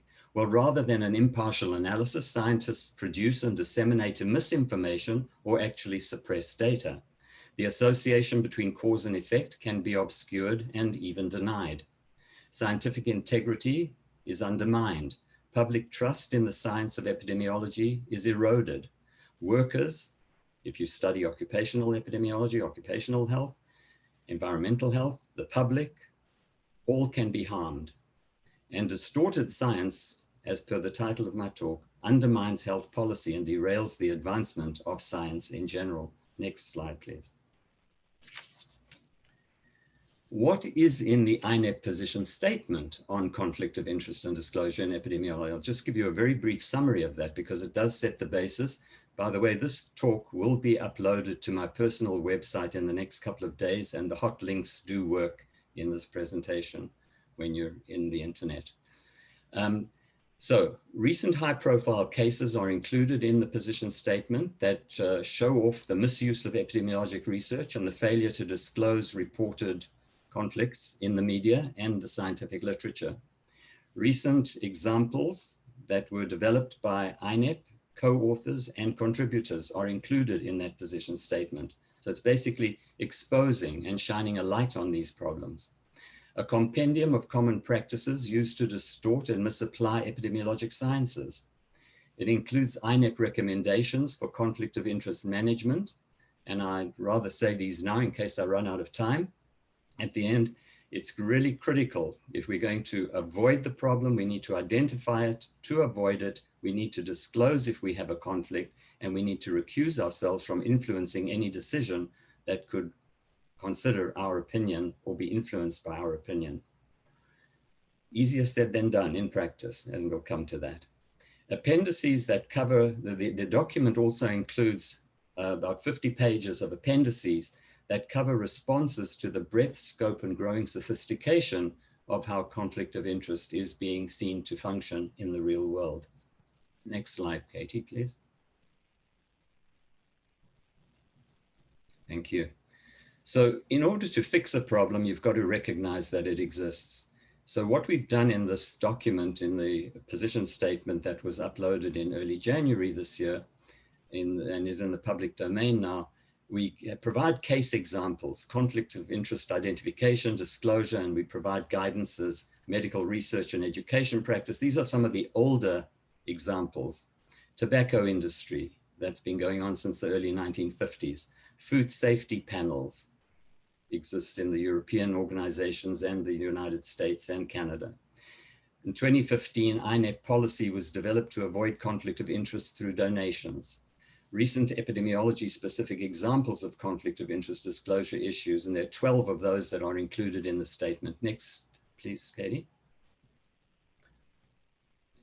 I'm not going to go through all of these, but I do want to just give you an example because I think you may be able to relate to any one of these examples, if not all of them. But there were two examples that I will take a moment on after this slide, but just let me give you a summary of this slide. In 2016, the Center for Public Integrity out of Washington, DC, has an amazing team of investigative journalists, and they produced an expose of science for sale. And it was to display how scientific boards and councils and review panels are contaminated by powerful conflicted interested people and so-called experts. And the Collegium Ramazzini, of which I'm a member, as is Carl on this group. I don't know if there are any others in GEIG who are fellows in the Collegium. Carl Craner, has a document that came out in 2018 on conflict of interest related principles for safeguarding the integrity of research. We summarize the relevant parts for epidemiology from that document. And we go on, and just to give you some relating to the Trump era, the Graziosi article, Political Conflict of Interest of False Hurricane Claims. You may remember this individual, the so-called professional with Trump at his side, telling the world that there were no hurricane problems going on at the time in his war against climate change policies and justifying withdrawal from the Paris Accord. Anyway, there are many of these examples. Next slide, please. They're all accessible for you to read if you're interested. Thank you. So I just want to focus on the science for sale one, and a second one that I was responsible for writing a letter to the editor on, when that's in our example D from the previous slide. But in example A, the Center for Public Integrity, again, Science for Sale, had a remarkable investigative journalist by the name of David Heath, who published a series of articles entitled Meet the Rented White Coats Who Defend Toxic Chemicals. And the particular example that we highlight in the position statement of INEP is to expose Dr. Julie Goodman, where she gives expert testimony citing inappropriately conducted science and financially benefiting, I've mentioned millions, that these companies and Gradient is the company she worked for, what these people earned. Exponent is another one. Gradient has long been associated with scientists employed to manufacture doubt and foment uncertainty about the evidence from a scientific perspective. The one about Aquavella, John Aquavella, who is a career ExxonMobil and Monsanto employee. I met him in the late 70s when I was doing my PhD funded by Exxon at the time. That was under the Jimmy Carter administration, not Jimmy Carter, oh lordy, the peanut farmer president from the South. Katie, can you remind me? Jimmy Carter. It is Jimmy Carter. Oh, it was Jimmy Carter. Okay, thank you. A senior moment. Okay. I met him, and that's when he joined the corporate role for epidemiology, employed by corporate and to support corporate interests. And he published a commentary in the Annals of Epidemiology entitled Conflict of Interest, a Hazard for Epidemiology. And in it, he rearticulated the approach often used by vested interests to underplay the role of financial conflicts of interest in science by invoking other sources of bias. Aquavella ignored the role of financial conflict of interest in documented cases of derailment of science, causing policy delays and injustice in tort actions. Next slide, please, Katie. Thank you. So this production of the conflict of interest document, which came out in January, led me to say that my swan song as a leader in my profession in this particular topic area is this document that has just been published. So with this, I will bid you all adieu and not disappear, but I'll certainly provide a supporting role into the near future, at least, as long as my brain remains intact. So this particular document is now about to appear in the peer-reviewed literature, and it's about this toolkit, and it's a commentary which has been accepted for publication. It is a compendium of misapplied methods, often demonstrated in taught actions. And this toolkit can be used by peer reviewers as a checklist of what to look out for when we train epidemiologists and others on how epidemiology can be distorted, to review the literature for inappropriately conducted science or for uninformative studies. And many of you are familiar with underpowered studies in science. They have no chance of demonstrating an effect or of testing the hypothesis with scientific rigor, and to identify who is misusing or abusing epidemiology. And on this particular document, there are 9 co-authors. Carl Krainer is one of them. Next slide, please. So the essential part of this particular document is that the toolkit, which is in the title, that the title of the document is Toolkit of Inappropriate Applications of the Epidemiological Method.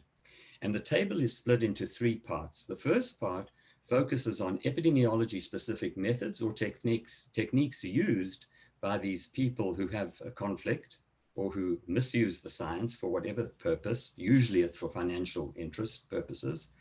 And they use it to foment uncertainty and cast doubt about cause and effect. And they do this through a technique of biased study designs, biased measurements, producing invalid science. Many people refer to this category of science as junk science. Part B, and they invoke those arguments in court actions, as when they're paid lots of money to serve as experts.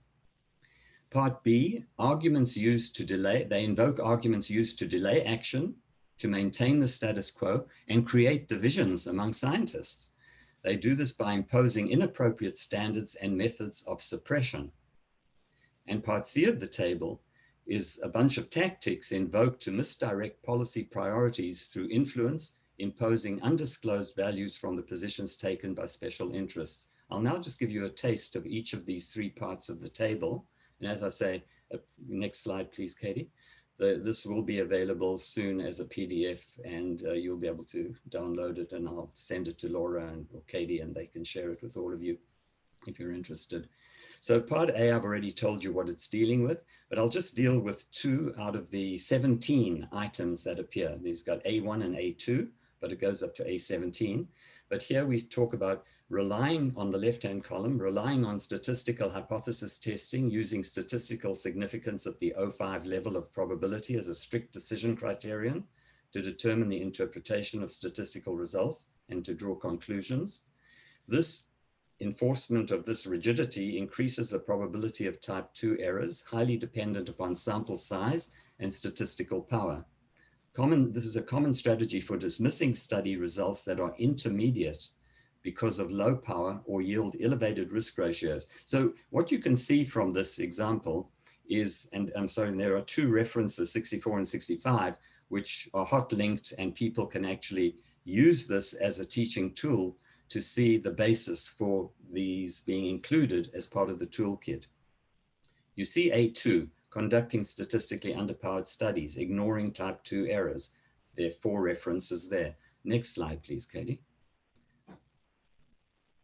We'll show you part B of the document of this toolkit. These are arguments that are used. I'll just deal with B1 in the interest of time. Insisting on the erroneous application of criteria for causation proposals. I might just mention this is Carl Krainer's forte. He's got a major paper that was published about 3 years ago on this topic. In interpreting the weight of evidence in a causation analysis to infer causation. And these, the effects of this are to take the guidelines in the form of viewpoints or aspects proffered for interpreting causation, including Bradford Hill. And these have been shown to be erroneously interpreted as required criteria in courts of law, thereby leading to the dismissal of the weight of evidence that should properly be considered in health protective policies. Again, references, and one of those references, I believe, is to the Krainer, Neutra, and G paper that was published. And the second one there is failing to disclose a conflict of interest in the presence of financial conflict of interest, financial control of agenda-driven funders, political influences, or vested interest goals. And you can see that the absence of objectivity And the absence of impartiality results in the application of a biased design, a study design, or analysis for selective interpretation of findings. Next slide, please. Part C of the table. I'll just deal with the first one. Assuming that no data equates to no risk. This is a classic one. Don't study a problem and the problem doesn't exist. That's the basis for the argument. So lack of research about a public health issue and a paucity of data does not equate to no risk. However, the absence of data because of the failure to conduct studies is often invoked or misinterpreted as evidence of no risk. Again, you can see 5 references there. In part, in the second example, their failure to study a critical public health issue because of political influence is yet another point. And there, I think there are 7 points or 13 points here and then 7 points. I'm sorry, there were 13 points in the previous one and 7 here. I'm just going to go in the next slide, Katie, thanks, to summarize. As I say, this presentation will be accessible on my website if you want more detail. On the left-hand side, you see techniques to manufacture and cast doubt. That is to invoke irrational skepticism about science, of the evidence that's being presented. And it's usually targeted at policymakers and consumers through the misapplication of the epidemiologic method. And they usually claim that the science is unclear. There is dissent when the evidence is clear. The data they claim is inconclusive. They claim that scientists are biased. You can't trust scientists. Or they claim that regulation is unjustified, or it's a slippery slope if we invoke this particular, if we take this evidence seriously. And they achieve this through delaying action and influencing policy decisions, risk of factors for bias, and there are pulls and pushes, vested interests, stand to gain personally, and lobbying interests. And on the right-hand side, you see defenses that work against epidemiology being misapplied, which include correctly applying and clarifying the methods of statistical inference, exposing undisclosed conflicts of interest, recognizing erroneous and misleading interpretations. I say all of this, Katie, the next slide, please. We needn't go through all of it in detail because people can read it. In summary, I just want to review that never has truth been under such assault and needed more now to protect the public's health. Science can be misused either intentionally through error or from bias. For centuries, intentional distortion of scientific methods, evidence, and miscommunication have been associated with conflict of interest. For centuries, conflict of interest associated misuse of science can result from self-interest, that is financial stakes, liability protection, political interest, self-advancement, and so on. Increasing levels of sophistication are being employed that include co-opting regulatory bodies, co-opting scientific panels, and communication forums. The International Network for Epidemiology and Policy recognizes this and recommends ways to better manage it in the public interest. And this is the importance, whereas individual scientists are often afraid to confront this kind of force, and you speak truth to power. But organizations are often in a better position as a collective to speak truth to power. Next slide, please, Katie. Stuck on review. It's not letting me go to, oh, there we go, sorry. Thank you. Okay, so just to sum up the last slide, Jeff hasn't given me the 5-minute warning yet, so I'm pleased I'll be leaving some time for Q&A. Thank you. Okay. So we've got the going forward. The International Network for Epidemiology and Policy has some specific recommendations. I summarized them briefly before. We must identify that the problem exists. We must recognize that it exists. We must avoid it at all costs. It must be avoided. We need to train students as to how to notice when they're being encouraged to corrupt the science. We must, if we are caught in the situation because of our employment situation and the like, we must disclose that we have a conflict, and we must recuse ourselves from influencing decisions that are made by governing bodies and so on. Next slide, please. So we can have some discussion. If you feel free to email me if you have any questions. And as I said, this PowerPoint presentation will go up on my personal website in the next couple of days. But thanks for this opportunity to present this rather, I think, what we all expect is going to be a very influential piece of work, and I think is going to be very disruptive. And I think lawyers may love it, because often in courts, when you're employed as an expert, these are the kinds of things that defense or not defense attorneys, but plaintiff attorneys like you to expound on in reviewing the literature. Thank you. Colin, Thanks, thank Katie. you. Thank you so much. What a wonderful swan song. And I hope you're right that this paper does have a lot of influence. What an important contribution to this field, especially. I think we've seen the arc of the presentations here, talking about, you know, problems of foreign direct investment and colonialism, looking at both in Brazil but also in the United States, how a bad leader can really exacerbate some of those problems. And one of the tools they use is lifting up and providing openings for this bad science that violates all these guidelines that Colin is talking about. So we have 3 or 4 minutes if you have questions for Colin, and then for the remaining time leading up to 11 o'clock, we'll open up to discussion or questions about the entire morning session. So Rose and Philippe both had things in the chat. I welcome you to unmute yourself and ask your question if you'd like. And if anyone else has a question, please raise your hand under the reactions sign and I'll get to you. Jeff, should I read Philippe Crevet's point? That's fine, Colin. Why don't we, if you want to do that, so we'll let the questions sit and Colin will address them. Okay, so Philippe says epidemiologic science is an input to policy, but not its exclusive rational basis. Social and psychological sciences play a role as well. Indeed, Philippe, chapters that Laura has published in her books show that those are but a few. If we are going to be humble as scientists, we need to recognize that there are economic inputs, there are religious inputs, there are many other inputs that are used to lobby policymakers who often are not trained in any of these disciplines.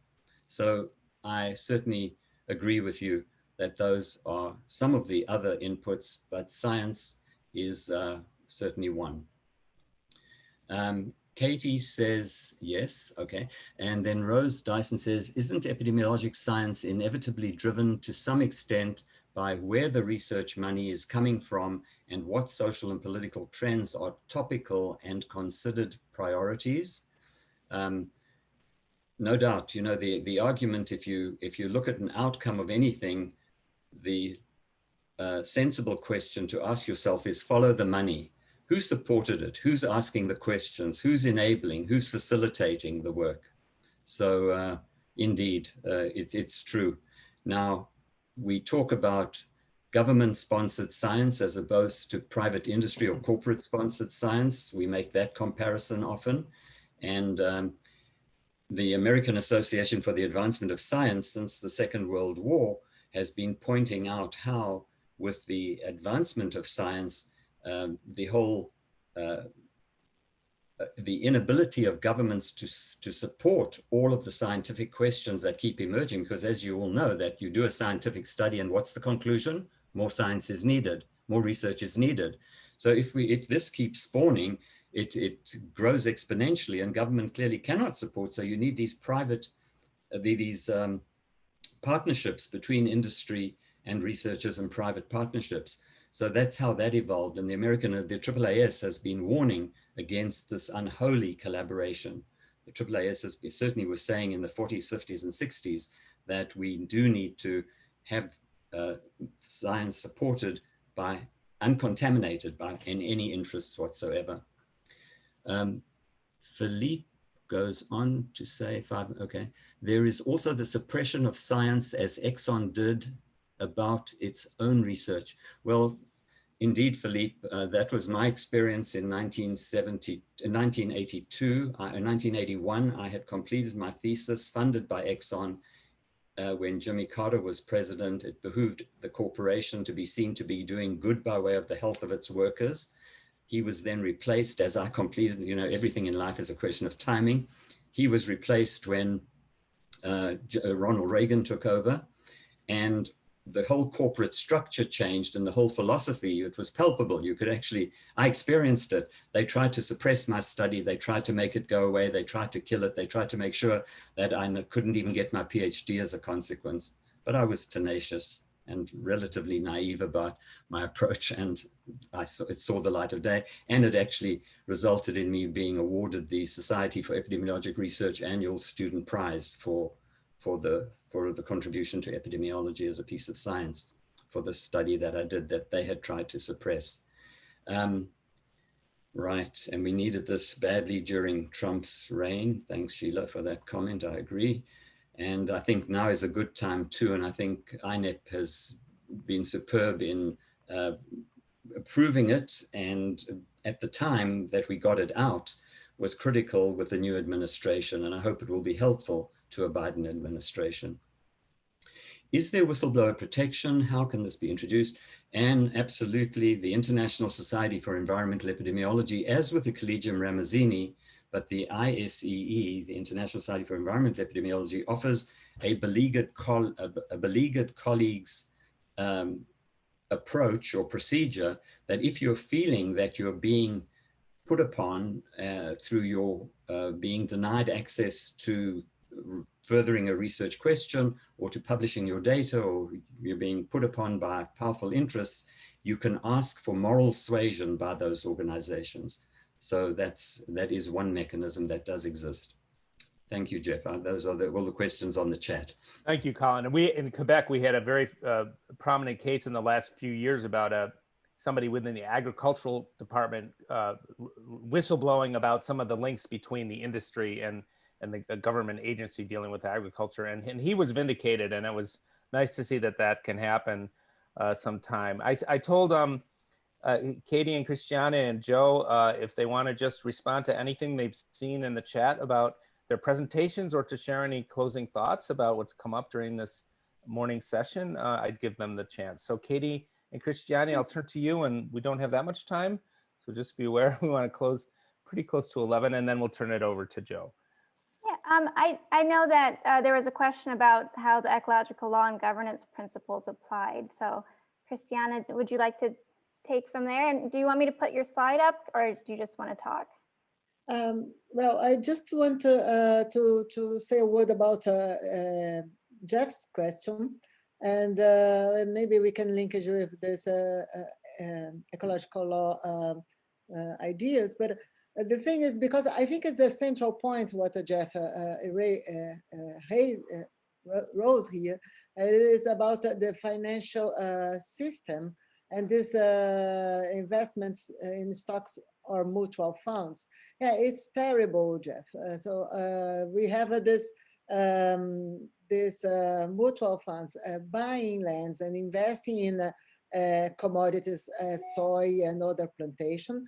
And the people who are part of these mutual funds have no idea what is going on, who is dying, and the forest that is disappearing and so on. I think one of the main points of our society today, post-COVID and beyond, is to regulate and disclosure financial system. So without that, I think we barely have any way out of our situation. And I think if to build an ecological law, so related to economic process, we have to face this problem. So we have to disclosure. There is someone who put also a very important point of view related to more than 3,000 FDI agreements. What we do with this, and this is true. So they exist, and I don't think they themselves are bad or good. So it depends on how we deal with this. And we see very important agreements that are built without any kind of information. So this Trans-Pacific Agreement, also the European and Mercosur Agreement, and so on, all them, they just appear, they came up. All the discussion is huis clos, the way we say in French. So it's completely unacceptable in a democracy as we wish. So this is the most important thing. And so to finish about ecological law principles to tackle with this problem, I would say that, in ELGA, we look for a change of a legal paradigm, and also beyond the growth focused economic system. And it touches directly to financial system and to FDI and the colonial ideology. So I would just quote you, Jeff, if you don't mind. Ecological law will undoubtedly impose on human activities limitations that do not exist under the current legal regimes in much of the developed world. And I would add limitations that do not exist under the current economic systems. So we have to restructure our economic system and give up the faith on the free trade, because there is no free trade when we have a colonial system of exchange. That's what I would say. Thank you, Christiane. And I will be elaborating on some of those ideas in my presentation tomorrow. I'm working on an article applying the lens of ecological law to the new North American agreement. So I am giving these things some thought. Let me just give Joe a chance for some final thoughts before we close this first session. So Joe, the floor is yours.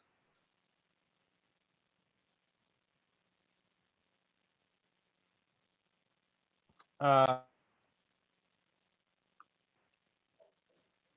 changed the settings, so you should be able to do it. Yeah. Okay. Can you hear me now? Okay. Christiana asked the question of me in the chat room. This resembles, or maybe a comment rather than a question, this resembles Bolsonaro's approach, which I think is probably true, although I'm not an expert on what Bolsonaro has done. But many so-called populist leaders around the planet have been openly and self-consciously emulating Trump. He is in many ways set the template for similar leaders, if you want to call them that, around the world, which again is one of the more negative aspects of his whole system. And these are, as I said, so-called populists. Keep in mind that when Trump campaigned in 2016 and again in 2020, he didn't just campaign against government, which he did, but he also campaigned against big business, big interest. Promised, for example, in 2016, I'm going to make tax cuts for the little guy, the rich people won't benefit, and so on. It was an entirely populist approach. I'm going to create jobs, bring jobs back to the United States. So he did none of that. He continued to talk about it, but he did none of that. His tax breaks, his tax cuts were all for the rich, hardly anything for the little guy. As far as bringing jobs back, he did nothing effective. A lot of shows boating, a lot of grandstanding, but nothing effective. And so we have to be, it creates part of the problem. A lot of his voters believe his rhetoric. And that's why they're so hard to convince what a liar he is and what a disaster he's been for society. And unfortunately, as Christiana has pointed out, as I said, he's a template around the world. We all must be, even if we're not in the United States, we all have to be on guard against this kind of behavior. Well, thank you, Joe, and thank you for the entire panel for getting off on us on such a good footing on the theme of global governance and ecological integrity. You've outlined some big problems. The rest of the program over the next few days is going to build on some of these broad themes. So thank you very much. It's time now to end our first session. we'll see you all back at 2. I do recommend signing on a little bit before. You may be in a waiting room, but we'll be attending to that so that we're ready to go pretty much right on time at 2 o'clock. And I don't know, Katie, am I forgetting anything to say? Remember that if you'd like one of these little test runs for your presentation, I'm happy to set that up with you individually. Just send me an email at the GG at videotron.ca email. Yeah, Katie? Nothing to add, just that you'll be continuing your chairship into the afternoon. And then we'll hear from Peter, Shauna, Don, and Carl. So a really great group. I'm really excited about it. So see you all at 2 o'clock Eastern time, and enjoy your time. Ciao. Ciao, ciao. I'll see you later. We ended this morning with Colin's terrific presentation on what you could call scientific fraud. And as we all know, one of the places where this happens a lot is in the area of climate and climate change. So this afternoon session today, we'll move to climate change and talk about some of the climate change politics and ecological integrity. And Peter Venton will kick things off. So Peter, when you're ready, you can take it away. There, you're at the beginning. Yeah. Okay, go ahead, take it away, and I'll give you a 5-minute notice. Okay. Okay, climate change. Climate change is inextricably bound up with the capitalist economic system because it's underpinned by an excessive reliance on burning overly cheap fossil fuels. After 50 years, America's capital system is decisively broken, as evidenced by a huge increase in economic inequality and a financial system that's bloated with $18 trillion in negative rate interest territory. The breakage is the result of neoliberal capitalist policy. These include major reductions in the rates of taxation of corporations and the wealthy, an assault on labor, foreign trade that has allowed offshore production of goods sold to American citizens, financial deregulation of domestic and particularly international finance, and reducing support for public education, health, and social security in favor of more capitalist production. So this presentation proposes to reset America's democracy through the institution of legislative juries and the establishment of formal programs of lifetime education for all citizens to regularly engage in direct participatory democracy and politics. These proposals are intended to restore the countervailing political power of the American citizenry vis-a-vis corporations that prevailed in the 1948 to 1970 period of the golden age of capitalism and democracy in America. So I hope the changes will provide the majority of Americans with sufficient political power to require their legislative and executive branches of Congress to introduce and manage the proposed tax expenditure and regulatory policies for reforming America's neoliberal capitalist system. And more specifically, these proposals are for fixing the financial sector of the American economy and fixing the real economy sector of neoliberal capitalism.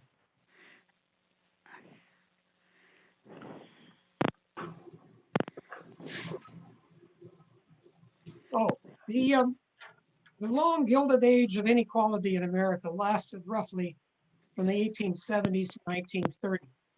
The short period from 1933 to 1948 that followed it was dubbed the Great Compression. And it marked the transition to an era of equality which lasted from 1948 to the early 1970s. The transition to the era of equality was due to the New Deal policies of the administration of Franklin Delano Roosevelt, especially through wartime wage controls. The New Deal, which was considered radical in the 1930s, became respectable in the 1950s. The Republicans who had bitterly opposed it either retired or threw in the towel. So the era of relative equality with bipartisan support could be said a period of genuine democracy in America. But at the same time, that is 1948 to 1967, this era experienced a very high rate of growth in gross domestic product, which is the key measure of success for any capitalist economic system. So I have dubbed this period of 1948 to 1970 as America's golden age of capitalism and democracy.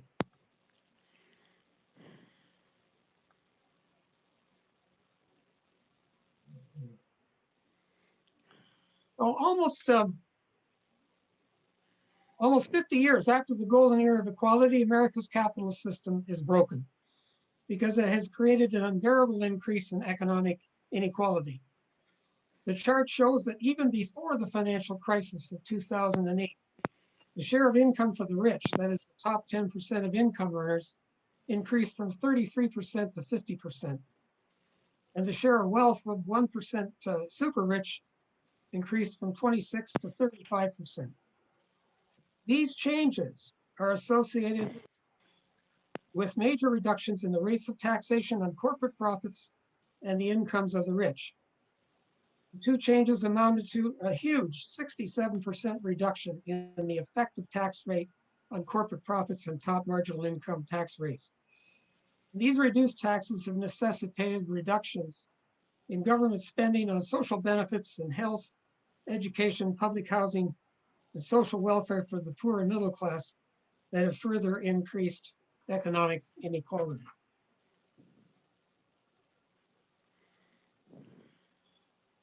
However, the American economy is not exclusively a capitalist economy. It's a mixed economy of a capitalist and a socialist sector. The socialist sector includes the government and its agencies and commissions, as well as many organizations in the broader public sector for education, health, public utilities and transportation, and energy production, natural resources and services such as parks and recreation. And it also includes the not-for-profit charitable organization sector. The benefits of the government and public organization spending in the socialist sector are roughly spread evenly among all classes, all citizen classes, regardless of their wealth and income. So their effect is to reduce inequality further.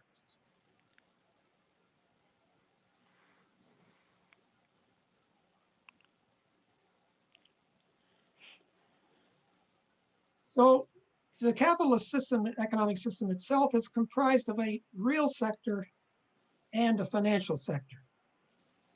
The real economy is about actual consumption of goods and services, plus investment in productive capital such as machines, equipment, and property. The function of the financial sector, though, is to accumulate the savings not spent on consumption and invest them in financial assets or existing assets such as residential real estate. But its other function is to invest money back into the real economy in the form of real productive capital of machines, equipment, and property. In an ideal world, the financial sector is in service to the acquisition of productive capital in the real economy and long-term financing of housing and providing adequate income for citizens in retirement. But to this end, it's regulated by the government and its agency of the Federal Reserve for the purpose of preserving the value of currency over time and stabilization of finance in context of the business cycles. So in an ideal economy, the savings from income are balanced with the need for investment in productive capital in the real economy.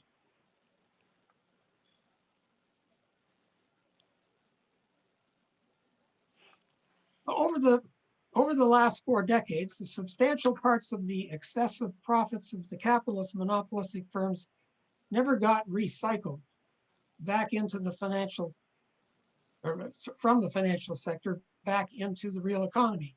So today, as I mentioned, the capitalist financial system is broken because of the bloated size of the financial sector relative to the real economy, with the buildup of what I said was $18 trillion in negative interest rate territory. In effect, people are either giving it away to inflation or reinvesting it in risky, over-leveraged financial assets that sooner or later end up in wasted investments that, due to defaults, result in the sorts of financial crises that America has experienced over the last 40 years. The financial crisis, of course, is the most dramatic of these. So my proposals to fix the financial system are fivefold. First of all, divorce investment banking from the commercial banking so as to exclude commercial banks from investing in financial derivatives, regulating or eliminating speculative, complex, highly leveraged investments and hedge fund predatory takeovers, putting strict limits on interest rates of savings and loan firms, and applying a Tobin tax on short-term trading of assets that destabilize international finance.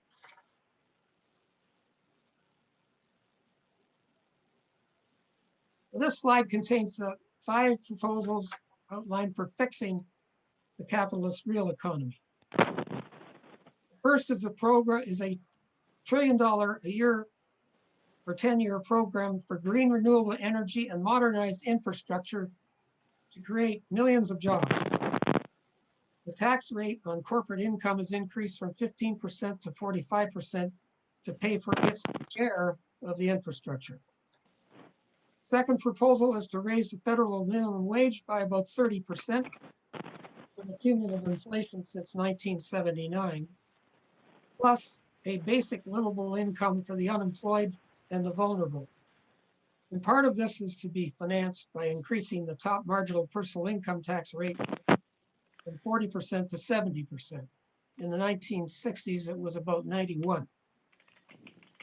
I just note the state of Florida plans to increase its minimum wage by 75% from $8.56 in 2020 to $15 in 2026. That was as a result of a ballot initiative where over 60% of Floridian voters approved this change on November 3rd, 2020. The third proposal is to restore jobs and income that are lost from robots and technology through government social investments to create decently paid service work. And also job losses from technological change in the economy can be more equally shared by reductions in the standard hour of the workweek. The fourth proposal involves Buy American policies, particularly with respect to the $10 trillion green energy and infrastructure program. And in addition, it involves social tariffs against products from countries that have far lower health and safety standards or who exploit their workers or who pollute their environments. The fifth proposal is to reverse some of the neoliberal policies of privatizing of inherently public goods and services that have resulted in excessive corporate profits, higher costs, and poor service to citizens. Reclaiming these services for the socialist public sector reduces the inefficiencies and also results in more equal distribution of costs across different economic classes, which is a more democratic outcome. Specifically, some of these might include a gradual expansion of Medicare to shrink the overly expensive private health care for seniors or people before they get to be seniors. It would also include charging capitalist firms economic rent for the use of public lands and resources, such as the Alaska Permanent Fund that charges rent to oil companies on the North Slope, which is then returned to every Alaskan resident by way of an annual check for $1,884.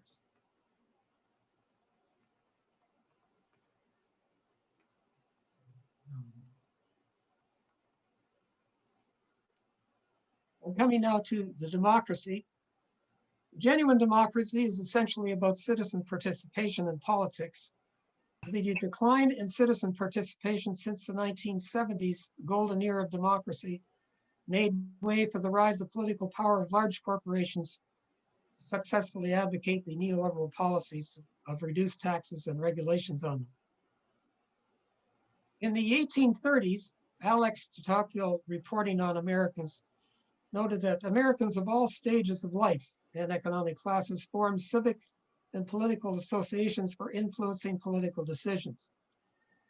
Fast forward to 1980. Since 1980, civic and political association and organized exercise of influence have all but collapsed for the bottom half of the income scale, dwindled for the bottom 3/4, and intensified for the elite. For correction, the decline in voter participation is also important. For the US congressional elections in 2010, the table in this chart shows that 60% of the electorate with incomes below 50,000 account for only 40% of the voters. The statistics are consistent with the view that American government is de facto by the affluent for the affluent.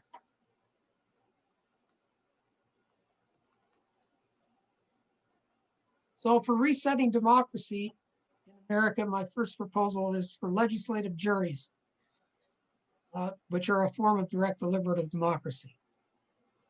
In their 2019 Direct Deliberative Democracy, How Citizens Can Rule book, American authors Deborah Campbell and Jack Crittenden proposed legislative juries to restore deliberation among the non-rich majority and give citizens direct and equal access of legislation. In legislative juries, the citizens participate in the process of developing laws through deliberation and the kind of examination of arguments and evidence that courtroom juries do. This process entails citizens of all sorts working in small, randomly chosen groups, deliberating on social, political, and economic issues and policies that are important to their lives. Although they're analogous to regular juries, legislative juries are different in some respects. In the legislative juries, there's an absence of an adversarial process. There are no plaintiffs or defendants, and thus no attorneys advocating for each side. The legislative juries are presided over by a moderator who guides the process of deliberation, rather than a judge who guides the process and procedures of the trial by jury and gives directions to the juries in their deliberations. Now, with legislative juries, no verdict of guilt is determined by the juries. Rather, there's a creation of a ballot for a public referendum about which all citizens are entitled to vote upon. A recent example of a referendum passed in November 3rd, 2020 that I mentioned before in the state of Florida was a successful vote on the ballot issue of a minimum wage of $15 per hour, up from $8.36, which was in 2020. The advantages of legislative juries are twofold. The first is that their verdicts are likely representative of the majority of citizens since they've been chosen by random selection. The second is that as jurors who've been involved in the process of the trial, they're presumed to be informed about the issues at hand when they present their verdicts.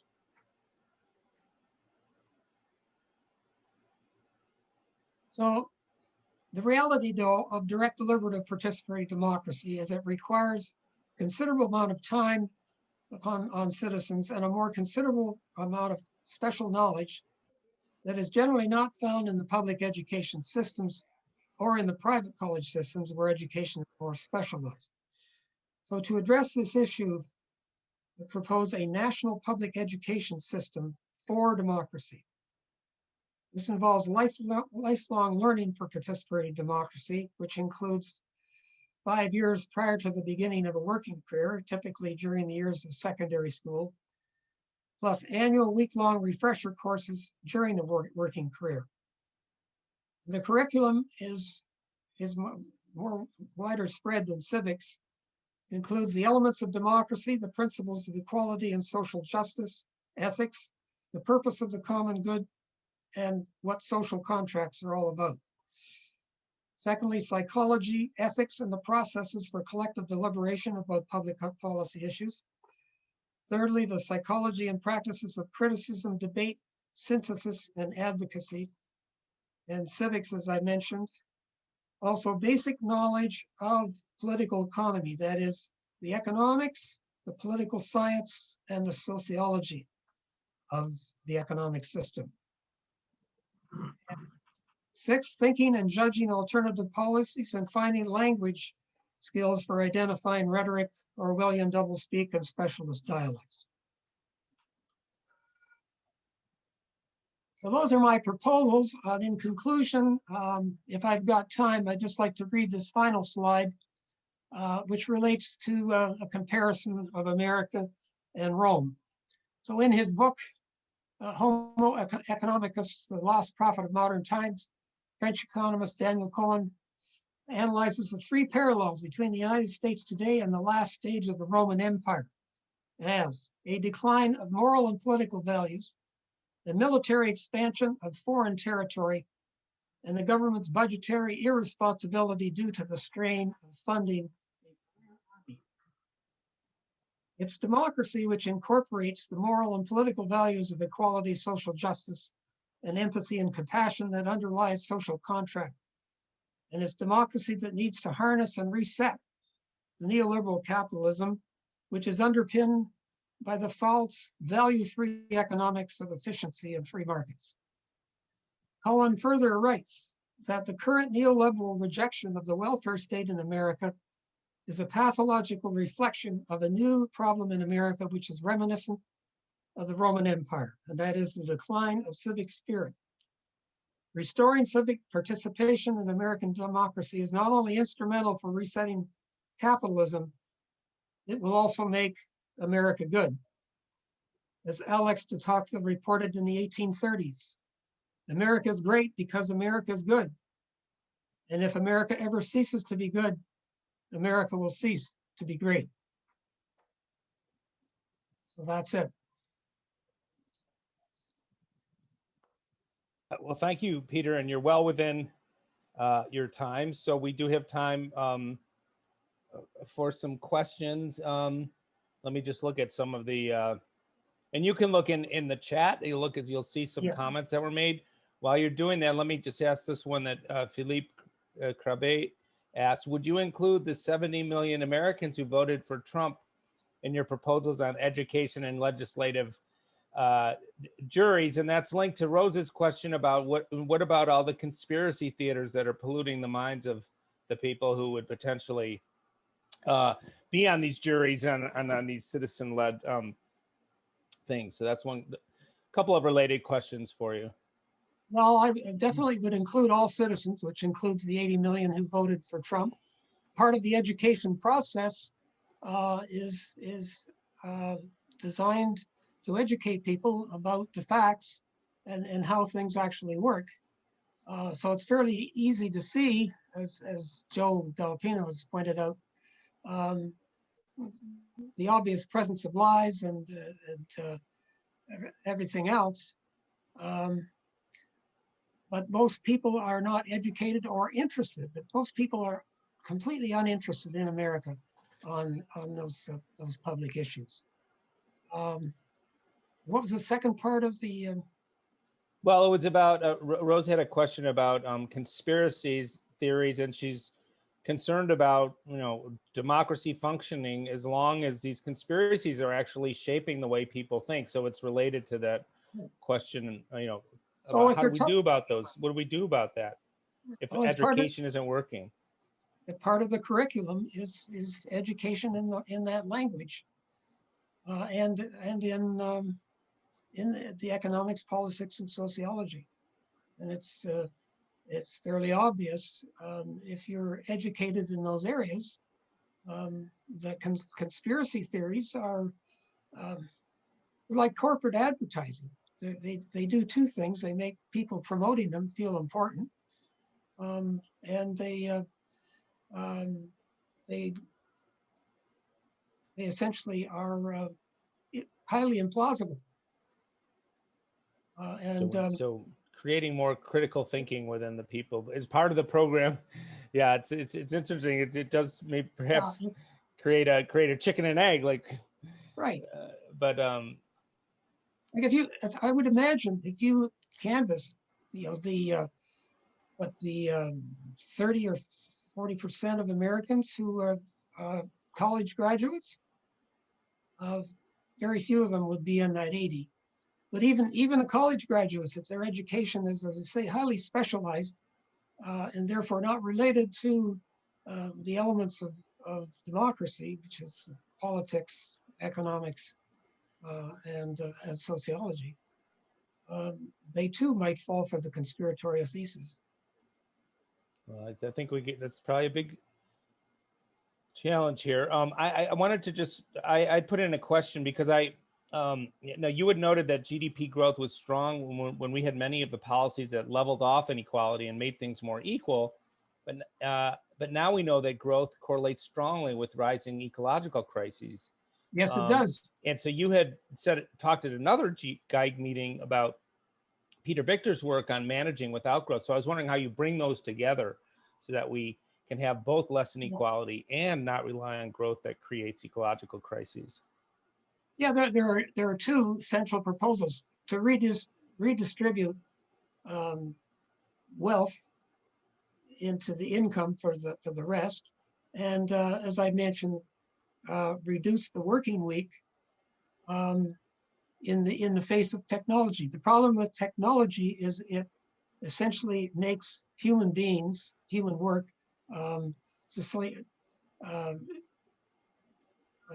unemployable. So to keep full employment and an equal distribution of income, you need both reallocation or redistribution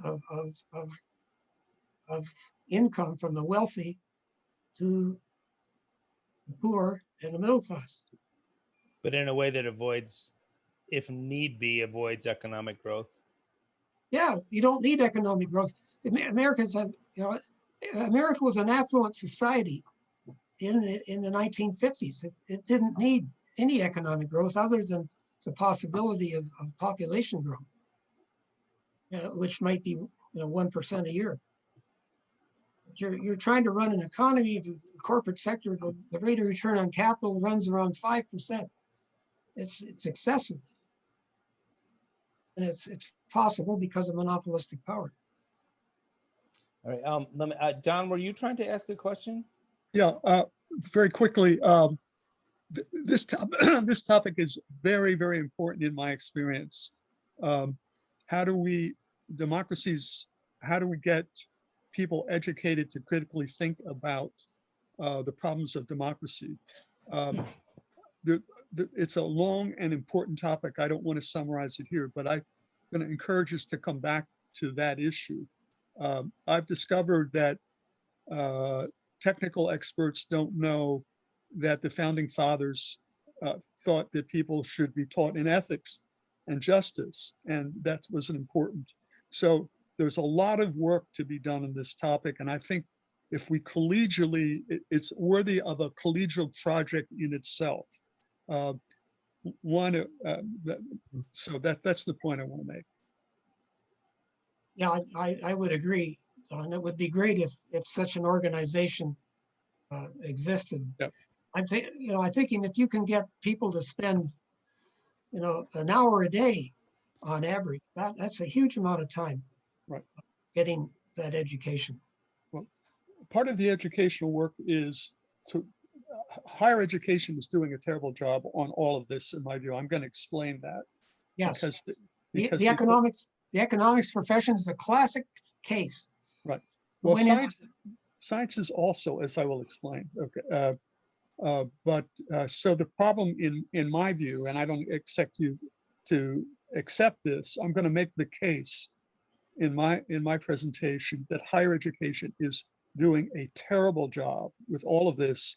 And part of it comes from the tribal nature of different academic disciplines. Yes. Okay.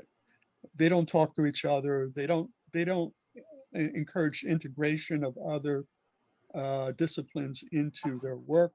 In fact, they get angry if an economist or scientist says you should supplement what you're doing by the insights of sociology or ethics. They actually get angry. Okay,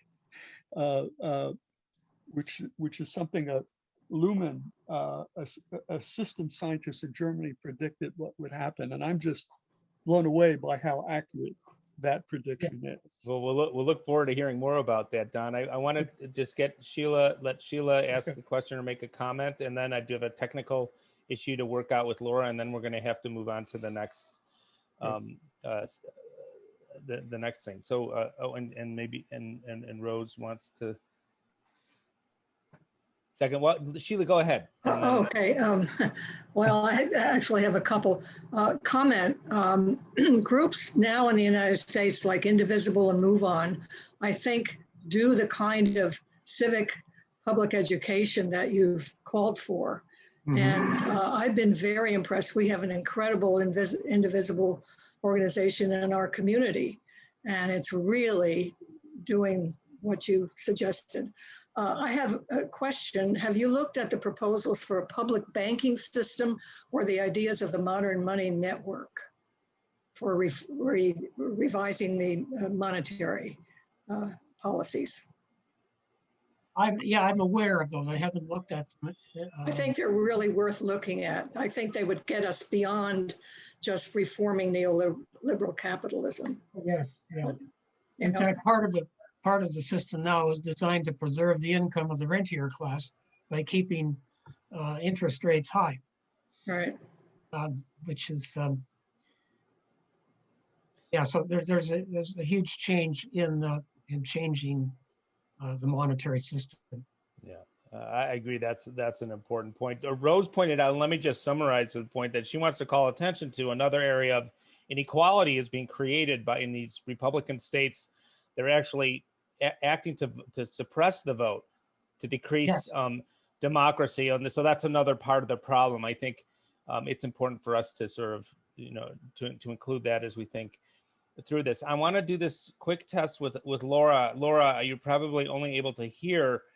We've read that if you press *6 on your phone, so just using your dial pad, however that is, hit *6, you should be able to either mute yourself or unmute yourself. So could you try hitting *6 and see if that allows you to unmute? And if not, you may have to call back in if you want to speak, because right now you're muted. Unfortunately, that happened by accident. But we're hoping that if you press *6 on your dial pad, you can come back in. Laura also may have stepped away. We don't know. So we may try that again in a bit.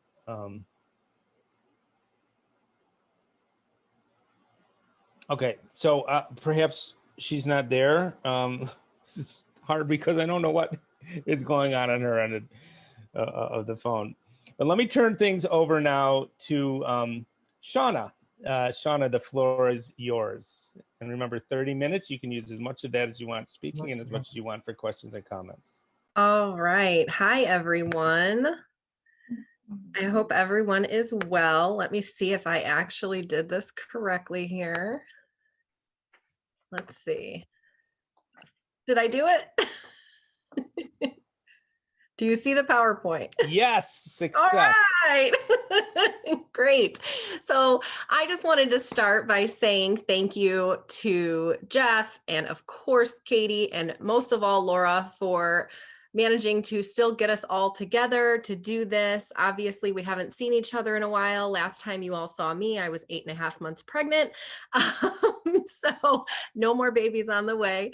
I think that this is really important for us to get this FaceTime when we are presenting these incredible topics. And I am just honored to be here like always.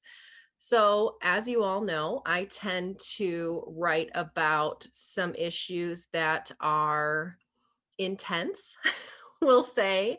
And so my topic this time is really kind of exposing the politics of climate change as it relates to the era of Donald Trump.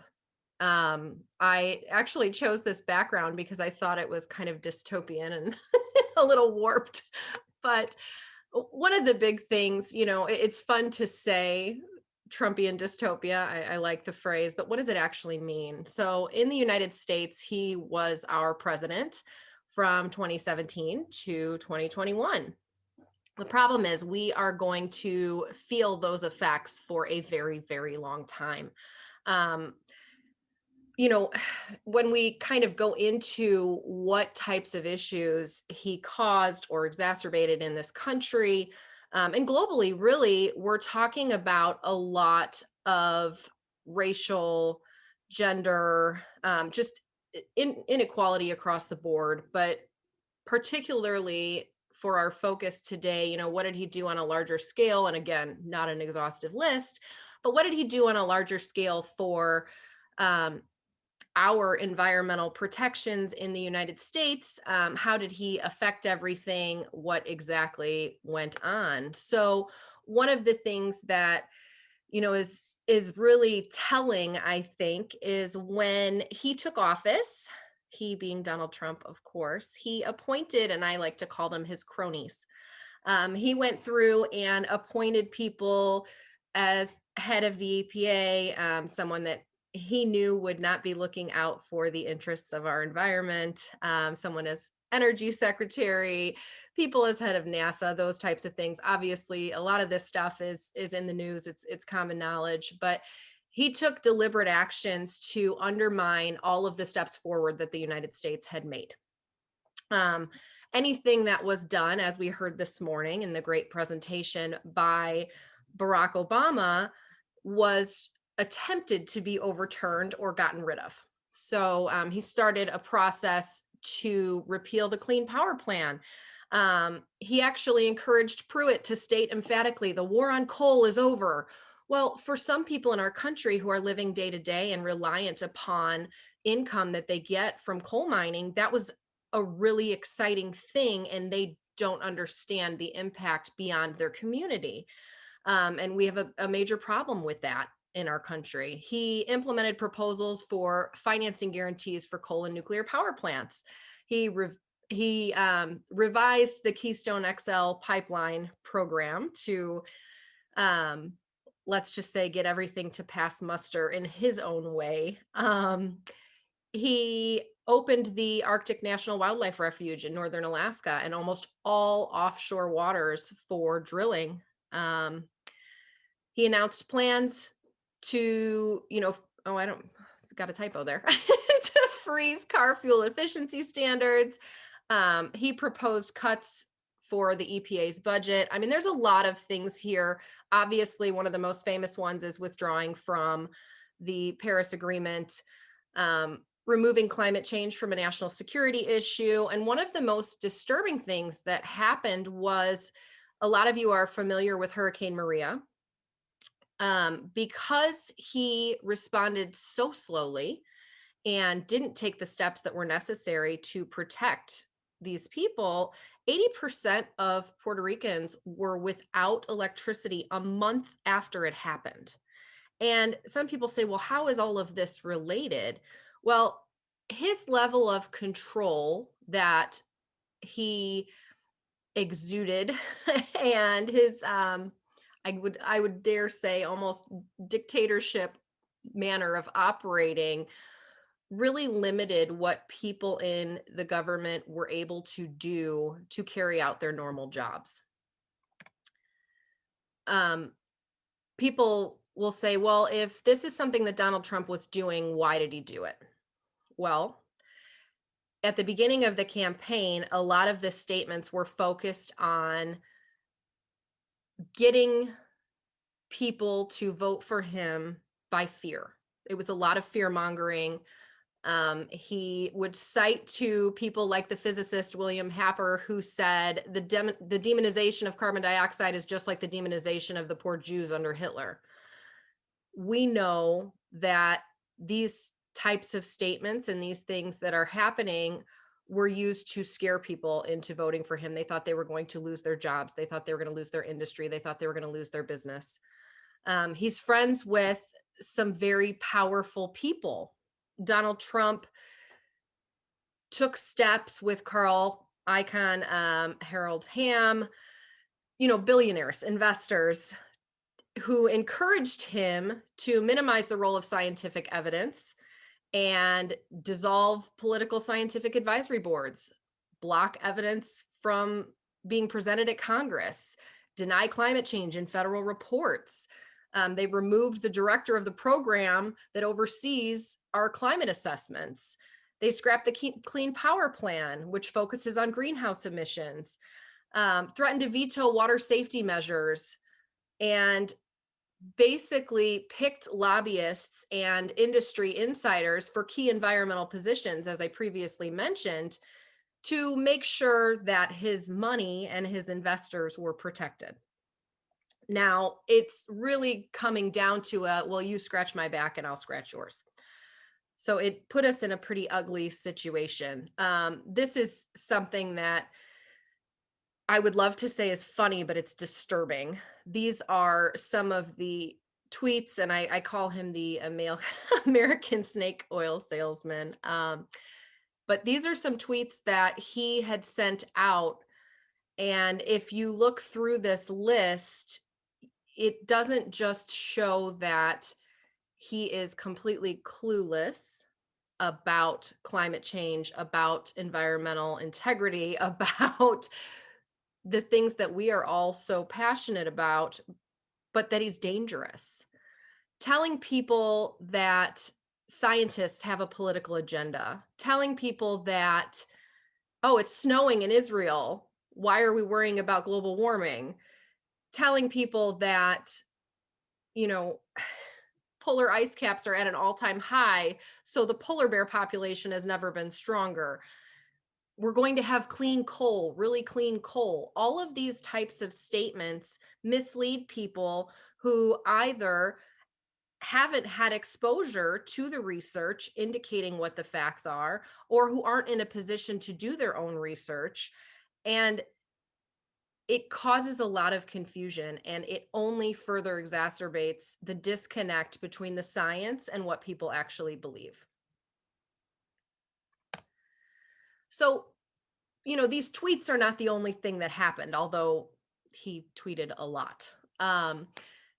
Ultimately, while all the tweeting was happening and all of the controversial interviews and all the drama and all the fighting with everybody online, what he was doing behind the scenes is Donald Trump was silencing the experts.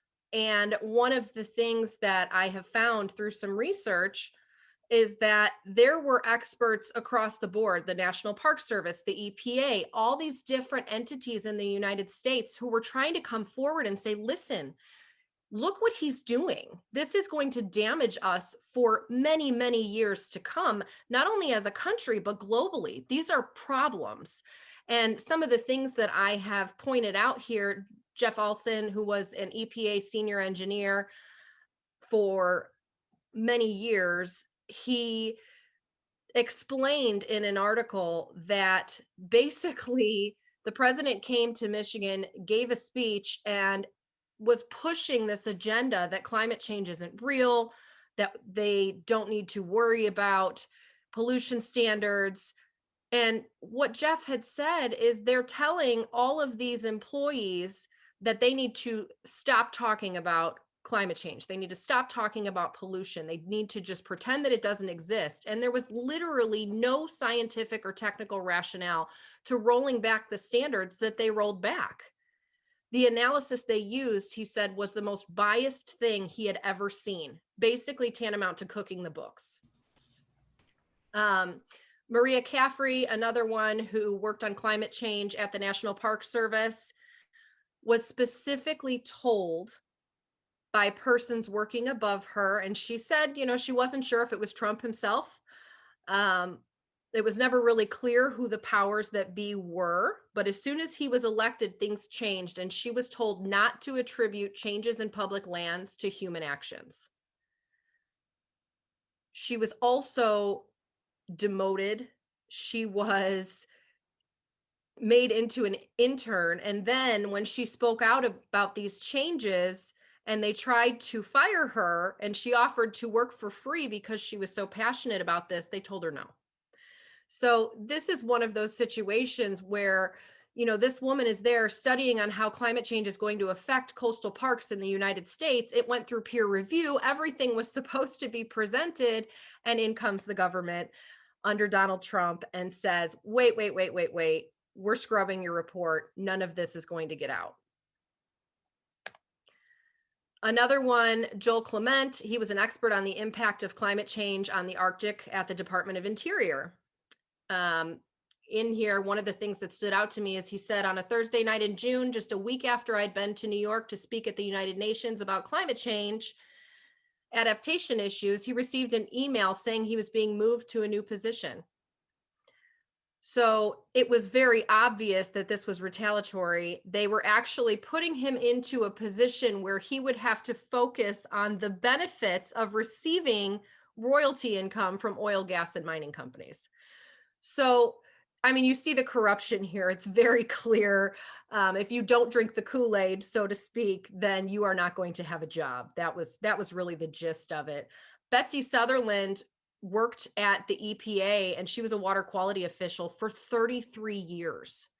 That's a very long time and a lot of regime changes to work at the EPA.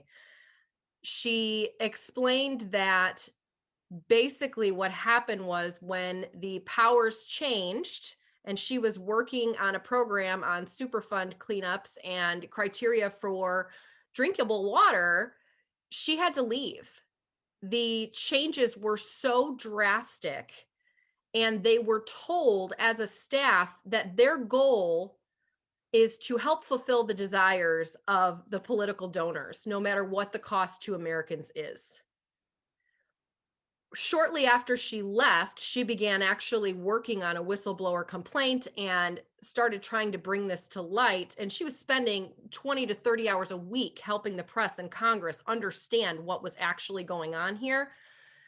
And then she got an email and she got some documentation that a Freedom of Information request had been done to gather all of her emails. So to me, this seems like a very drastic scare tactic, some of which I had described in prior articles that I wrote about protecting environmental defenders and how there are steps taken to basically trash them in the media or scare them into compliance. And not only did they get access to her emails, but this same group tried to find out if any EPA employees donated to the Bernie Sanders or Elizabeth Warren campaigns. So what you can see here is they are targeting employees that are trying to do the right thing. They are targeting employees that have been working in these different facets for years and years, and just dismissing them as if their research doesn't matter. They don't care about the science. Donald Trump has made it very clear that he doesn't believe that climate change exists, although he does deny it in later articles, but we won't go there. So, you know, one of the things that I think is really important to recognize, people will say, oh, well, Donald Trump was president for 4 years. We don't know if he's going to get elected again. You know, when we had the election going on, everything was very stressful, obviously. Michael Mann, who everybody knows, has said that if Donald Trump were elected or reelected to another term, there would be no way to avert the climate catastrophe. He explained it as another 4 years of what we've seen, which is outsourcing environmental and energy policy to the polluters and dismantling the protections, would make it completely impossible to recover from.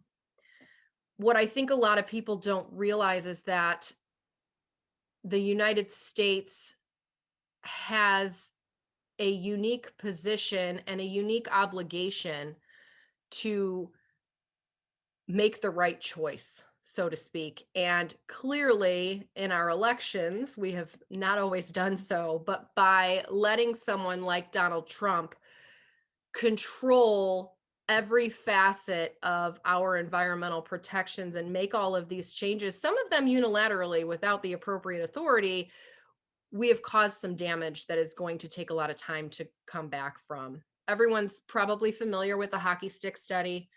That's something that Michael Mann has shared with the world. It's important to recognize that we aren't going to be able to stop those increasing trends if we don't get a handle on this. And it may already be too late for some things, But every time we elect someone or allow someone to take these actions, silencing the experts, convincing people that things aren't real or that they're not really happening, or that the only way to continue to have a successful economy is to ignore climate issues, it's a major problem. One of the things that I thought was interesting here is Michael Mann said it is a political statement because it speaks to the need to enact policies to deal with climate change.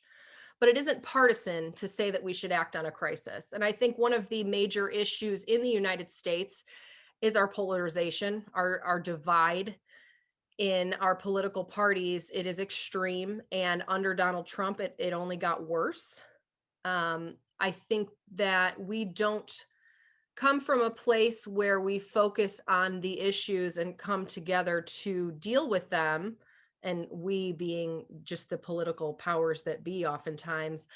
Unfortunately, what happens a lot is the parties will focus on, okay, well, I'll give you this if you give me this.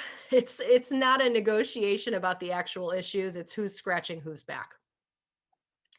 So one of the quotes from Michael Mann that I thought was a good one is, probably because I'm a big nerd and I like Tolkien. So, but he was talking about how it's up to us. The way that we end this national and global nightmare is by coming out and voting for optimism over pessimism, for hope and justice and progress over fear, and malice and superstition. This is a Tolkien-esque battle between good and evil, and Sauron needs to be defeated on election day here in the United States. Now, some people may think that's a bit extreme. I don't. I was really concerned for the world if Donald Trump were to be elected again. And I continue to be concerned about what we may have bred into our politics by allowing him to serve. Now, while Donald Trump was in office, there was an EPA report that should have come out multiple times. And for the first time since 2016, it was eventually released, but he blocked it the whole time he was in office. And it's just the Climate Change Indicators report, which basically sheds light on how does climate change affect the US. So the research on this comes from dozens of sources, government agencies, different academic world, nonprofit groups. And the release was not only delayed, but it wasn't allowed to be spoken about. There was nothing allowed to be emailed about. No one could talk about this actual document. And once you review the document, you see heat waves are 3 times as common as they were 60 years ago. Americans are using double the energy to cool their homes, which means more greenhouse gas. Coastal flooding is more common, and 40% of Americans live along the coast. Ocean temperatures, record highs. These are all major issues that weren't brought to light or were not available for people to recognize under his regime. Now, one of the things, and I'm not going to go through all of this, but why do people listen? Why do people in America listen to extremists like Donald Trump? Well, our country has a great history of polarization. Racial, religious, ideological divisions, they're traced back to the Puritans. I mean, it's been something that's been going on forever. And global warming emerged on the agenda and became a hot button issue in the United States with abortion, gun control, all of those other things. And since then, it has only continued to snowball. So it's one of those things where the American people have historically lacked trust in science when it comes to environmental research. In fact, there's actually a 30-point gap between Republicans and Democrats on the issue. And what's more concerning about that is Republicans that have been shown to have the scientific background are not bridging that gap. So they know that climate change exists. They know it's a problem, but they won't acknowledge it. There's a lot of right-wing think tanks, lobbyists that are spreading falsities about it. So that causes a big issue with actually bridging that gap. There's a myth about just the endless economic bonanza, so to speak, which is something Richard Slotkin came up with. And it's basically just the idea that the wilderness needs to be tamed and controlled for us all to succeed. And that's something that we are going to have to work really hard as a country, and obviously on a global level as well, to end and control. But when Trump stated to everyone in his campaigns that he loved clean coal and beautiful clean coal, he was not only attempting to appease the coal miners, but he was also putting something forward for people that weren't going to do their own research. They think, oh, okay, well, it'll be clean coal, so it won't be a problem and we won't lose jobs. So what does this mean? Basically, we have a slippery slope here because an extremist was elected. It opens the door for more biased insertions. It indicated to the world that the US is opposed to action on climate change. He rallied his forces and used statements like, oh, this global warming, you know what. He abandoned states that were making incredible progress. California was the lead state on climate policy and was reducing GHG emissions by 40% on the 1990 levels by 2030. Well, he cut off all the support for that. So, you know, the Paris Agreement, when it was designed to accommodate Congress, to make sure that if the United States bowed out at some time, things would still be okay, it would still operate. But Trump's withdrawal was purely for show. There was no formal requirement that he did it the way he did it. He did that to garner further support. He did that to recruit more people to believe that this was somehow causing damage to every taxpayer in the United States. All right, so cleaning up the mess. Administrations going forward in the United States, they have the immense task of protecting communities from dangerous climate impacts and disproportionate fallbacks. And we know, because we've heard time after time, that the poorer communities or the indigenous communities or the persons of color, that all of these communities are disproportionately affected by these issues, and that they become unwitting environmental defenders because these things happen in their own backyard. It's really important that we reverse these rollbacks, but also we take steps to make up for what we've already lost. 4 years behind on the Paris Climate Agreement is not an okay thing. We need to return to evidence-based decision-making. We need to find a way to incorporate FEMA and the SEC in making sure that these goals are being met, that people have the information that they need. We need to publicize the struggles of community members that are at the front line. And this is something that I've written about before. We need to make sure that people that are suffering environmental injustices are at the front line of coming up with policy to help us rectify those situations. They are the ones that are best equipped to provide the real life experience that's needed. There's other things that a lot of articles are talking about that could be a way that America could kind of redeem itself a little bit. Decarbonizing the electricity sector, which accounts for 27% of US greenhouse emissions. The Biden-Harris campaign of 100% clean energy by 2035. Well, there's going to be executive level actions, congressional actions. So they need to really put their money where their mouth is. Restoring and strengthening restrictions on methane. The industry currently accounts for 22% of the GHG emissions in the US. So when we have subsectors like cement and steel holding a larger emission footprint than most individual states, we need to take some action to reduce that, and possibly incentivizing other methods for low carbon steel and cement, which is consistent with the goals of the Paris Agreement, will help America move forward after all these lies that we've been fed about how it can't be done without hurting the economy. We have the opportunity to end systematic racial inequalities, support the frontline communities, and take on clean energy goals at the same time. But it's something that is really going to have to be pushed by any administration going forward. This is a quote by Michael Mann that I really like, and it just says that our destiny is determined by our behavior. And to sum it up, we must choose for them. So this is the little man that was in my belly last time we all met. This is Benjamin. So he will be 2 in August, and he is a pistol. But that is what I plan to finish my article on. So I'm not sure, Jeff, how you want to do, if there's questions, whatever you think. Well, thank you very much, Shauna. We do have a few more minutes. Why don't I try this out? Anybody who'd like to ask a question, please go into under reactions. You'll see a symbol for raising your hand, and I'll call on you if you raise your hand. And Shauna, please stop sharing your screen so we can see people better.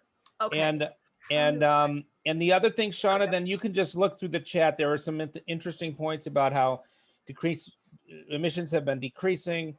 Rose pointed out that she had a question about, well, what about the states? Have they been holding the line? Katie pointed out that some of the things Trump tried to do weren't successful because they were bad at it and they got tied up in court and then they had to go back to the drawing line. So those are some of the things to think about. But in the meantime, or you can start talking. If anyone has a specific question or comment for Shauna, please raise your hand and I'll call on you. Raise your hand using the function at the bottom because I can't see you while waving your hands.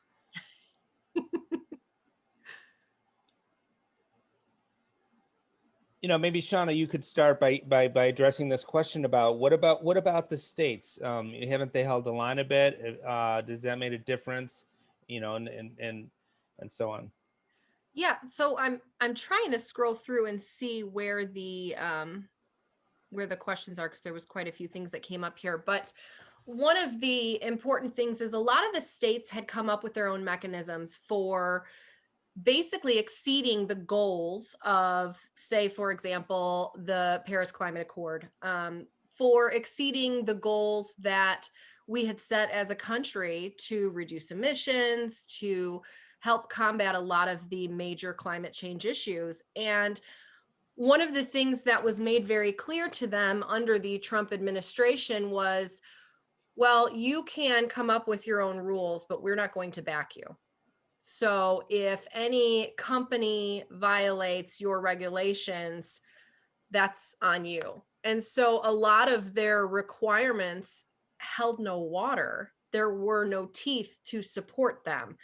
And Trump even went as far as to enter some orders directing that states could not make more restrictive policy than he had laid out, which goes against everything in our government's history. That's not how we operate. Yeah. Our states are allowed to be more restrictive than the federal government. They just can't be less. So, I mean, that's kind of the epitome of how we operate.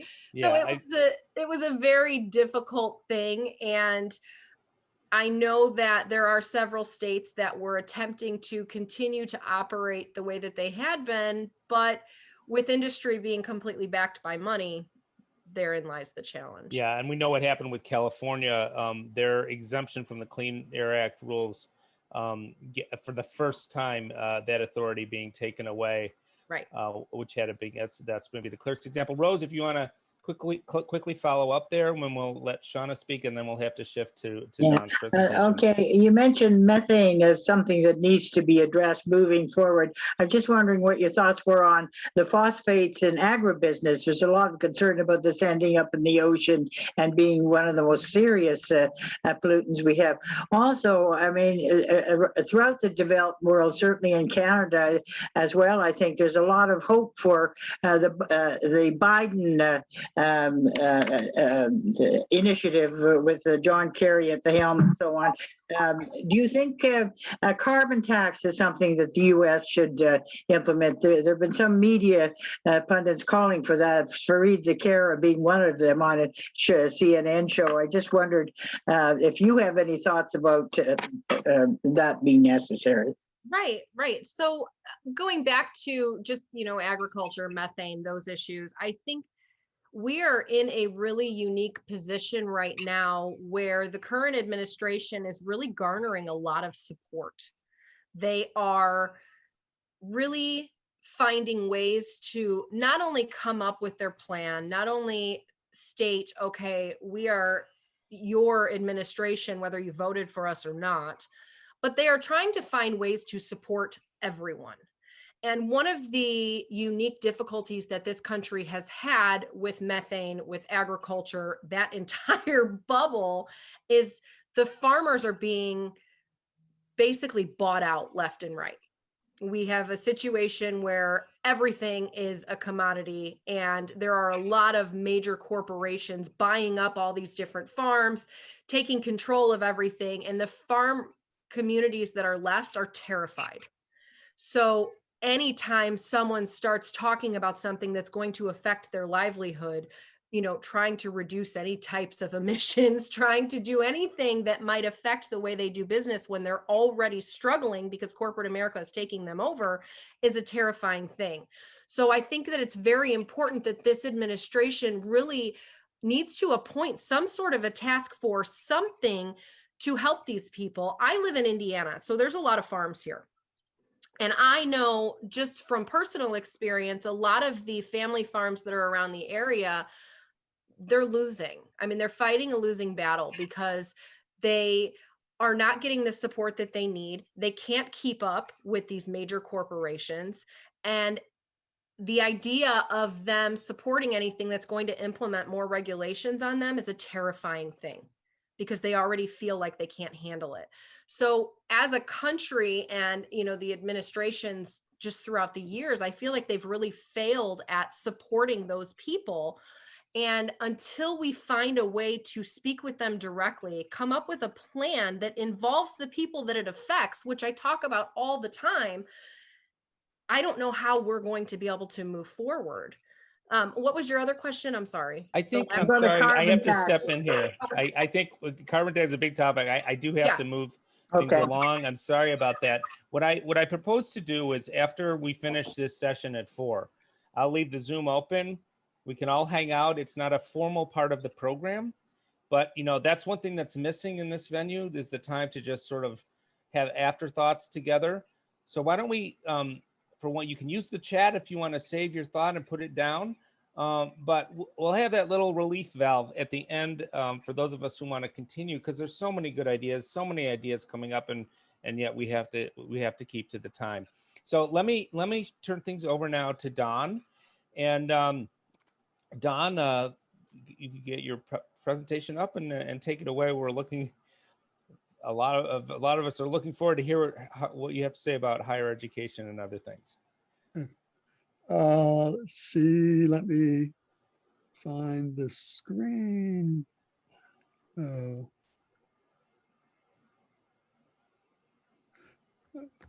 my goodness, I have.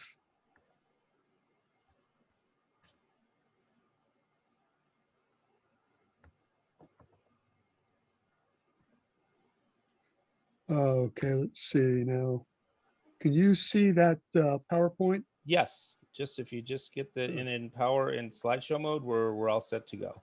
Okay, no, what do I do? I hit under slideshow. Well, at the very top, you'll see the icon that one. Just click or double click that until it. There we go. You're all set. Okay.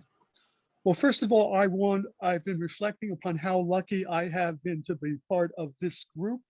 I'm a big fan of Hannah Arendt, and she said, we're lucky if we can share our ideas with other smart people. And I've been lucky through this group and other groups, and I've realized how important this kind of conversation. And what's also unique about this group, which I always like, is an interdisciplinary group, okay? When you go to most conferences, you can't talk about certain things. I decided a long time ago that environmental problems are interdisciplinary, but they're not rarely, and higher education doesn't know how to have interdisciplinary claims. Now, so I'm going to make very strong, radical claims about how bad higher education is, and I don't expect you to agree with it. I think this is the most important problem for reasons that I will tell. And Max Weber and the Frankfurt School predicted this would happen. They predicted in the 1930s and 40s that no one would talk about ethics and justice. Everything would be talked about in terms of economic and scientific facts. and I saw it happening. I didn't know what caused it. I started to write a book. When I would talk about it with friends that I met here, like John Lemons, he said, "You really need to write about that." And I started to write about it. The title of my book was "Who Shot Rachel Carson?" Okay, but I've now discovered that all around the world, people believe accurately that the problem is the unquestioned dominance of neoliberal economic ideas. More on all of that, but I want to mention that my background, not to brag, but to help you understand why I think I can make holistic claims about what's wrong. I was Assistant Attorney General in Pennsylvania and New Jersey, and then I became the liaison to the United Nations under the Clinton administration. And my job at the Clinton administration was to view proposed global environmental programs and get EPA's position on the programs, and then go to the State Department and see and try to form the State Department position. About 15 times I did this. The corporations were represented by the Commerce and Treasury Department, and they always won the debate. The Clinton administration always gave the nod, and I couldn't figure out what was happening. That's a long story. But the point is that my claim that higher education may be the most important problem is controversial, and I wanted you to know that, and I actually want you to think through with me whether that claim is justified or not. I don't expect you to accept it. But if it is, we need to work collegially to get the word out to the media, and so no one listens, or rarely do the academics will listen to the insights of sociology. Sociology have said we need to help people see how outrageous the positions of the people manipulating democracies, preventing from the common good. Don't be nice, help them see. And the reason why they say politicize it, now how you politicize it is a whole nother story. But I've learned a lot from John Lewis, and I've learned a lot actually from Greta Thunberg. And I actually wrote a lot about that. Greta Thunberg met Aristotle's claims about how do you make justice claims. That's a whole long story in itself.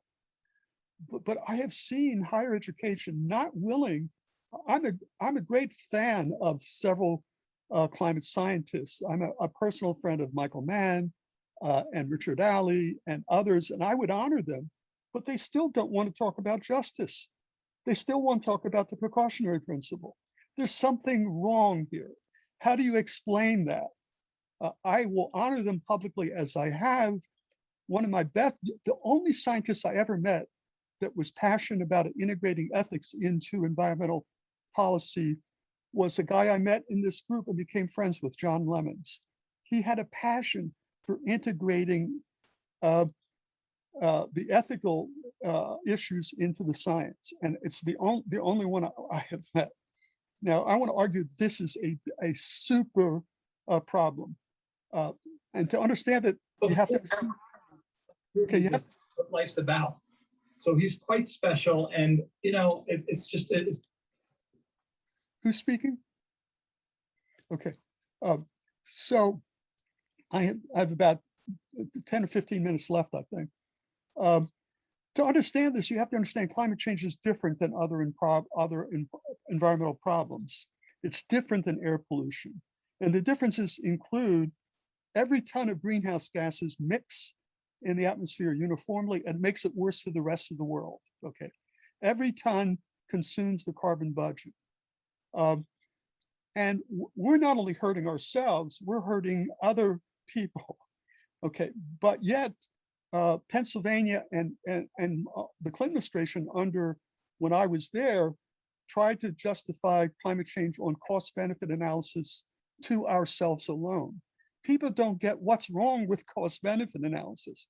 And what they're doing by doing this is playing into the framing of the conservative right. You probably all know that sociologists say we're in this mess because the powerful people frame the argument to be scientific uncertainty and cost of the economy, and everyone got tricked into following their framing. That's exactly what happened. You can't get the scientists or economists to actually apply the ethical issues that have already been agreed upon by the world. So the whole world agreed on the precautionary principle. Why isn't the press talking about the precautionary principle? Okay, the whole world agreed that the no harm principle, you can't use cost as an excuse, but cost and scientific uncertainty are the main excuses for that the right has gotten the whole world to agree on. And that's why the press never covers these issues, because they call in the experts, the scientific and economic experts. So climate change is a problem. Every ton makes it worse. Every target is implicitly a position on equity. Okay, it's a position on the carbon budget, which is shrinking. I have never heard, I've been in the middle of this for 40 years. I have never heard an American environmental member talk about what, if we took equity seriously, what the US target would be. This is not a small failure. This is a catastrophic failure to not get people to understand that equity is indispensable. And by the way, people don't do it because they think they don't know how to resolve ethical conflicts, even though the ethics have been already decided, even though reasonable people can disagree with what distributive justice, but everyone agrees that some claims about distributive justice flunk minimum ethical scrutiny. Drought. I was at the Clinton administration sent me to the Army War College in 1997 to do war games over where trouble would break out. One of the places we did it was over Syria. This is 1997. In 2003, a drought broke out in Syria, and it created 1 million refugees. The World Bank is now predicting 150 to 200 million refugees at 2 degrees centigrade. Why are we letting, as Greta Thunberg says, how dare you scientists not talk about this?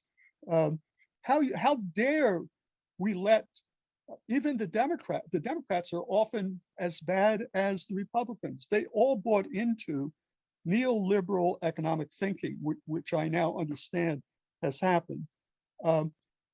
You're probably aware, or I don't know if you know, there's a lot of, I've been asked to be a lead editor, a contributing editor to IPCC, and the IPCC scientists are saying the 6th assessment report is really scary. Okay, that we're on the verge of tripping the carbon feedbacks, that everybody's been worried about. Are you aware that some of the carbon feedbacks were not in the suite of models used by IPCC in the first 5 assessments? If that's so, that is outrageous. And why didn't Michael Mann or Richard Alley put the demand that some quantification of methane or the ocean circulation pattern be in the models? Well, because it couldn't pass the epistemic norms of their disciplines. People don't know that climate science is not value neutral. Most of it is set up to prevent a false positive. Now, most scientists know that, but they don't know the policy implications of the fact that it's set up to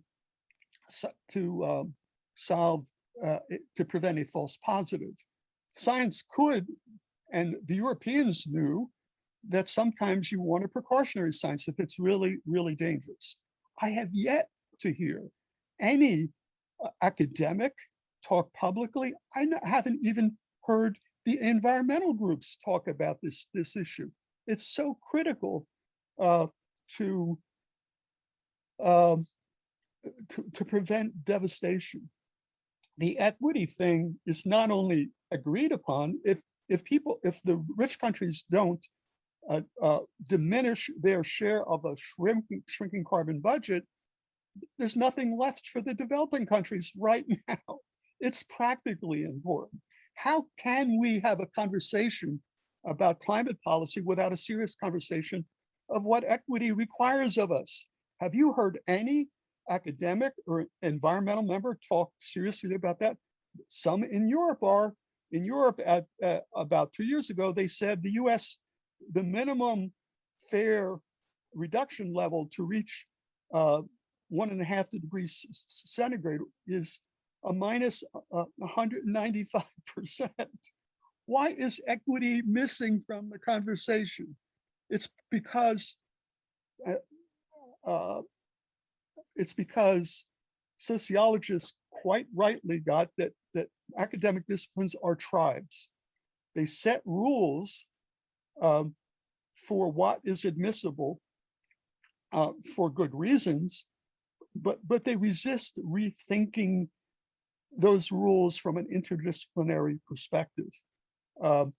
Sociologists predicted that if you ask an economist to modify their claims about cost benefit based upon a whole bunch of problems with cost benefit analysis, namely that most economists measure harms by willingness to pay, and they do surveys. So when I was at US EPA, the Clinton administration was fighting over which of two cost benefit analysis should guide their entry into the Kyoto Protocol or not. And both of them looked at cost and benefits to the United States alone. And no one got what's wrong with that. The failure to talk about the justice issues is not just a trivial problem, it is central to our hopes of getting the world on the right track. So, you are probably aware, you've heard that most of the people trying to get in on the South Texas border come from Nicaragua, El Salvador, and the other countries. They've all been predicted they would create refugees. How can we let the Republicans get away with condemning the Democrats for not paying attention to the border when we've known that refugees would be created from parts of Central America, but no one talks about it. So, so I really want to ask you to help me to figure out how to get the failure of higher ed, the press to understand this better. I can't rely on Michael Mann to do it, who I love. I can't rely upon Richard Alley, who I love. I know John Lemons, if he were still alive, we would be working on this together. Carl Cranner, who I've seen here, I've learned from him about the precautionary principle, but we need academics to set up. It's okay to apply precautionary science to climate change. One last thing. So the tactics of the disinformation campaign are well established in hundreds of sociological peer-reviewed journals. They include lying, cherry picking, making false claims of what good science is. All those tactics are all well displayed, and who paid for them? It's all available. And I'm trying to figure out what to do. I believe that the hope, and this is what sociologists say, against the instincts of some good people, you want to help people see how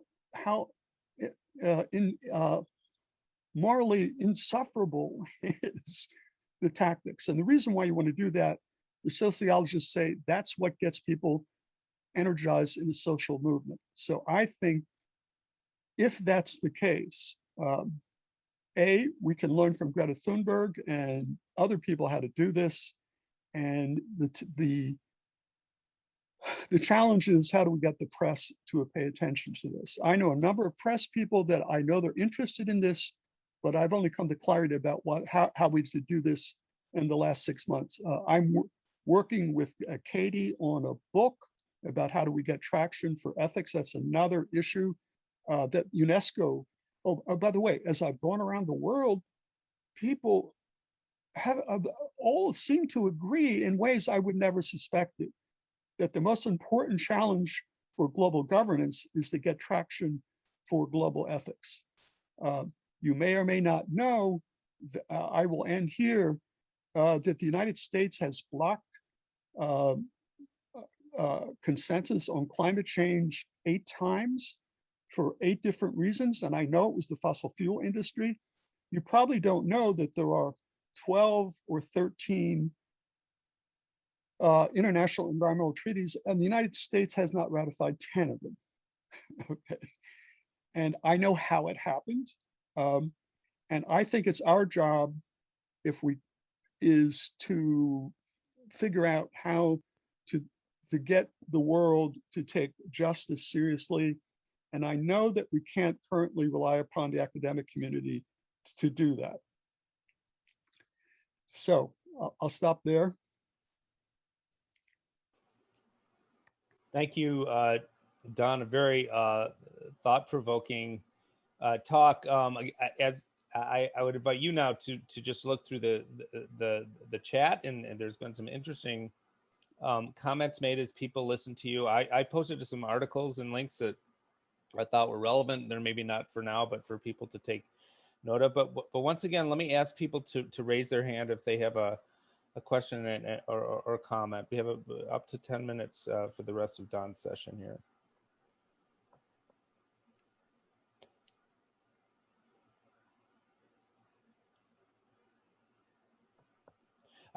Don, I guess I pointed out that you know, I've used the planetary boundaries research a fair bit in my work, and you know, the boundaries that they set are actually based on precaution. They have a zone of uncertainty, and they draw the boundary we should be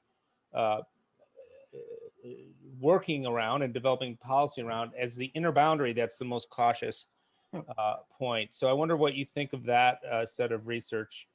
And, you know, maybe some of this is just people don't know about things, but that's one thing I wonder what you thought about. The one area of American law, thanks to people like Carl Craner, is toxic substances. Okay, there's an avowed, acknowledged precautionary approach in figuring out what toxic risk levels are. Very low doses. The whole world agreed to it. So there is some successes, and I think you can make a very strong case about the outrageousness of not taking a precautionary principle, because philosophers all agree that when you're dealing with something dangerous, you know, you have higher levels of responsibility to be careful. So the case can be made if it is in fact made. The European Union has adopted the precautionary principle broadly for most of its programs, but the United States has been resisting it.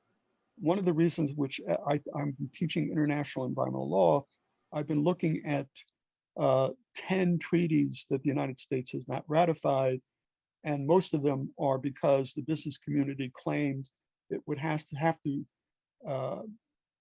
engage in bad science. So, well, you might want to look at the new U.S. Canada-Mexico trade agreement. It actually turns the precautionary principle on its head. It allows industry to challenge regulations and sort of administratively to say, well, no, you're being too strict. You're going to harm the economy with that. So it's the caution is in favor of not harming business. You know, that's one of the the predictable tools in their playbook. Okay, bad science. This is it done all the time, Yeah. and its frequency and its predictability, but the lack of discussion in academia about the appropriateness of the precautionary principle is startling to me. Yeah, Joe, okay, Joe, did you have a question? Just want to make sure we give people a chance here. You have to unmute yourself, Joe. Joe, we're not hearing you. How about that? Can you There hear you me go. now? Yes. For at least 25 years, the Republicans, and they have disproportionate influence on, because corporations like this, and so some Democrats go along with it as well, been pushing the idea of what they call sound science. And that's a slogan. You don't hear the slogan quite as often as you used to, but it's still out there, and it manifests itself in a number of ways. But to put it in a nutshell, the sound science project, if you want to call it, is precisely to turn the precautionary principle on its head. Yeah. Precautionary principle says if you have some good reason to think there can be serious adverse consequences, you shouldn't do it, or something like that. Yep. Sound science approach says unless you have unequivocal proof that something bad will happen, you should be allowed to do it. It completely turns it on its head. Now, the most recent manifestation of this were the adoption of rules by the Trump administration to require that EPA and other agencies could only consider science that was fully transparent, which meant no anonymous studies, no guarantees of persons who answered surveys or otherwise contributed information that their identity could be protected. And that, of course, was a device for saying we're not going to consider anything that is basic, standard scientific practice. And again, turning the precautionary principle on its head. That's all I wanted to say. Yeah, you're absolutely right. I mean, that's as predictable as the Republicans saying that any public policy for healthcare is communism or socialism. So these moves are highly predictable. You may be aware that Hans Jonas is widely viewed to be the father of the precautionary principle, at least explaining it. And he claimed in the 1960s, I know this because I went to the New School where he was there. He claimed in the early 1980s that the precautionary science was the most important moral issue facing the world. Again, he claimed that getting clear about the precautionary science was the most important moral issue facing the world. I thought it was bullshit for years, but now I get it. Because the powerful will always attack science on uncertainty grounds, and in the process of doing that, prevent the world from taking steps to prevent dangerous things. And by the way, my experience in Europe, the Europeans get this, okay? And they will say to me, why do you do that? How can you use that argument? Do you know who you're hurting in the rest of the world? So there's a lot to be said about this, but I'm going to send emails out to you, ask for your advice on how do we get traction for ethics in policy. That's what UNESCO gave me this award. They've been sending me around the world to talk to people about global problems, and this is at the very top of the Iranian ambassadors to the UN. There are other countries that get this. So given that, I think it's a subject that we should collaborate on about how to get traction for it. And I'm going to ask you in the next couple of weeks about your ideas for that. UNESCO's passion, the head of UNESCO, the Iranian ambassador to the UN,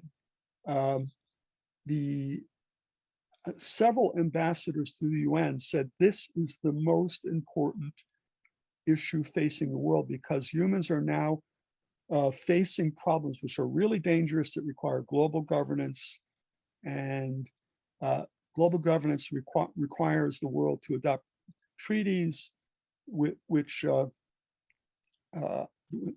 the rule is based upon a norm assumption. One last thing that I think I've got to raise.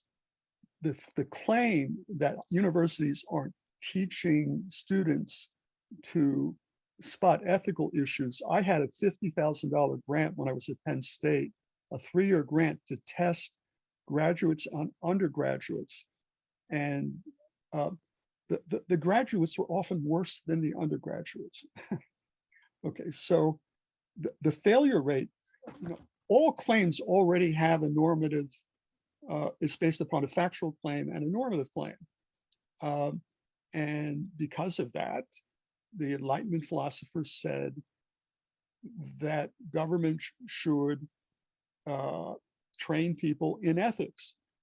And in Penn State, the ability to even identify an obvious ethical premise is shockingly bad. Now, when I talk to most academic people about this problem, they will say, I get what this is. What's the value of nature? How do we value nature? They think is the ethical issue. That also points to the problem of philosophy departments. For the first 30 years of environmental ethics, it was all about how do we replace anthropocentric ethics with a nature-valued ethics. And when academics know anything about ethics, they think that's the issue. Okay, so you can tell I'm passionate about the seriousness of trying to reform higher education on this issue. And therefore, I will continue. UNESCO has asked me to help them get traction for ethics in public policy. And so. Well, thank you, Don. I'm sorry, did you have more to say?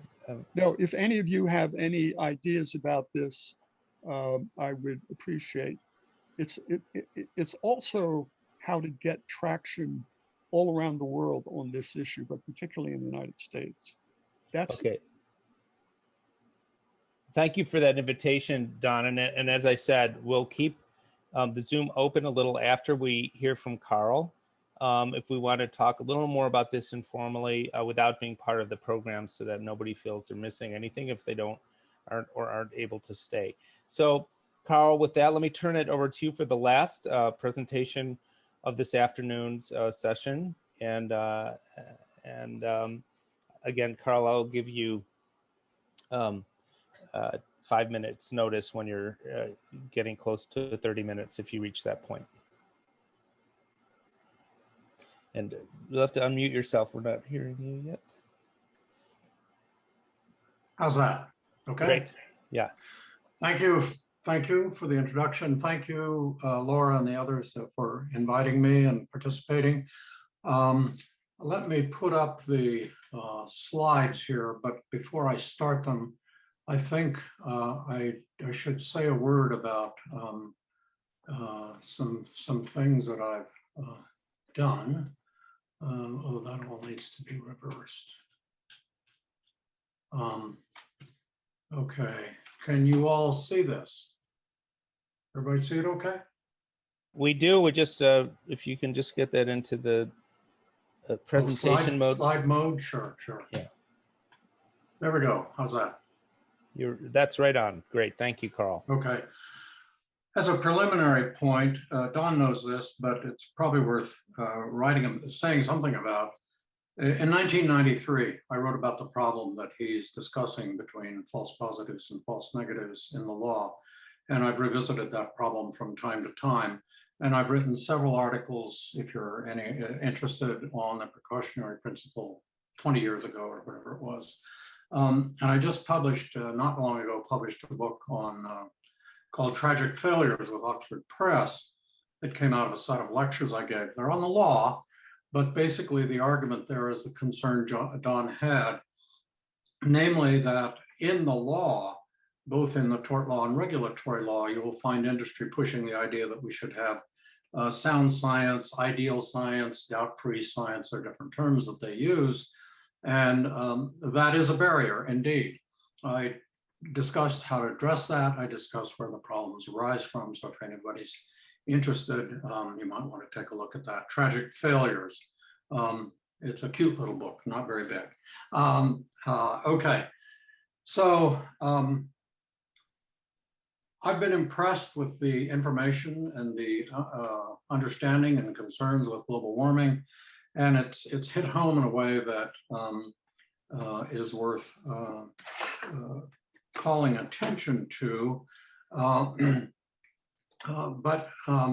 So here's what I want to say. And in some sense, the background of this is from a conversation I was sort of on the edge of 15 years ago or 10 years ago. I was at a conference in Denmark put on by David GEIG and the European agency. There was a guy across the table from me with a friend of mine from Oxford, and he said, you know, look, all this stuff about global warming, what we need is just everybody should do as much as they can to reduce it. And I thought, well, you know, that's kind of a wacky idea, but I'm going to talk about that wacky idea today. I think we can do a lot more than we might think about addressing it without getting into arguments about the very best way to design treaties, the very best shortcomings other people are exhibiting, and that sort of thing. So I'm going to talk about some generic issues of collective morality, addressing what I called collective bads within an existing community, outside an existing community or nation state, how we might work out some of these issues, why it's working out the problems for global warming may take too long and invite disputes. What else can we do? And then at the end, indicate some changes that we might think about, and I'd be interested in any suggestions you have, and particularly examples you might have. So here, when we think about, when I'm talking about the idea of collective morality, where we have a collective duty to do something, because we have too many people engaging in similar activities that produce collective bad consequences. It can be air pollution, it could be global warming, it can be pumping too much water from the Ogallala Aquifer. And no single person or small group can prevent those kinds of bad outcomes. Now, philosophers talked about these arguments for some time when I, grew up on them in graduate school, and they had an answer. They had a kind of answer to this. It's the wrong answer. It said if too many people are doing something, some act which has bad consequences, then nobody ought to do it. Well, that's the wrong answer. If too many people go to a small island and swamp it and kill it, the answer is maybe nobody. The answer isn't that nobody should go there, but we have to distribute how the use of that island is made. I'm going to keep that in mind. So that's the wrong answer. Not that nobody should do these things, but then I want to talk about how we might think about addressing collective morality, creating collective duties to do something about problems created by too many of us doing things, like releasing carbon greenhouse gases. This is a very generic point from John Rawls. There must be a collective agreement to coordinate the behavior of all who contribute to the problem. But because all need not participate, some people there are going to be temptations to cheat or to free ride. And the people who participate, the cooperators or the abiders to the agreement, must have assurances that all will abide by the agreement. So something like some kind of sanctions, or perhaps less successfully, but they do work some, or incentives are us have to be provided to produce cooperation. So there are two things here. You need a collective agreement, and then you need assurance that people are going to abide by that collective agreement. Now that's how I've written at least 2 papers on collective duties to protect the environment 20 years ago. So I break these into subcases. One important subclass is where you have an organized community within a geographic area, like a city, county, state, or national government, or sub-agencies within it, to address collective bad. Too many people are doing something, we have to do something about it. And the sub-agencies might be something like the US Environmental Protection Agency, and I'll give you some other examples. If so, are there authorities within these larger organizations or within the sub-agencies to see to it that not everybody contribute to the collective bad consequences, to do something about it? Okay. In a shorter paper, I called these people leaders, but that struck me these days as too close to Hitlerian Germany, so I dropped the term. Presumably, you would get somebody like the US EPA or to the people, the Air Pollution Control Board in Los Angeles County, to translate the collective duty to reduce toxic substances in LA in the air to derivative individual duties to reduce the bad consequences of too many people doing something that causes bad consequences. A simple example is when you run low on water in a city, you create alternate side of the street watering to save water.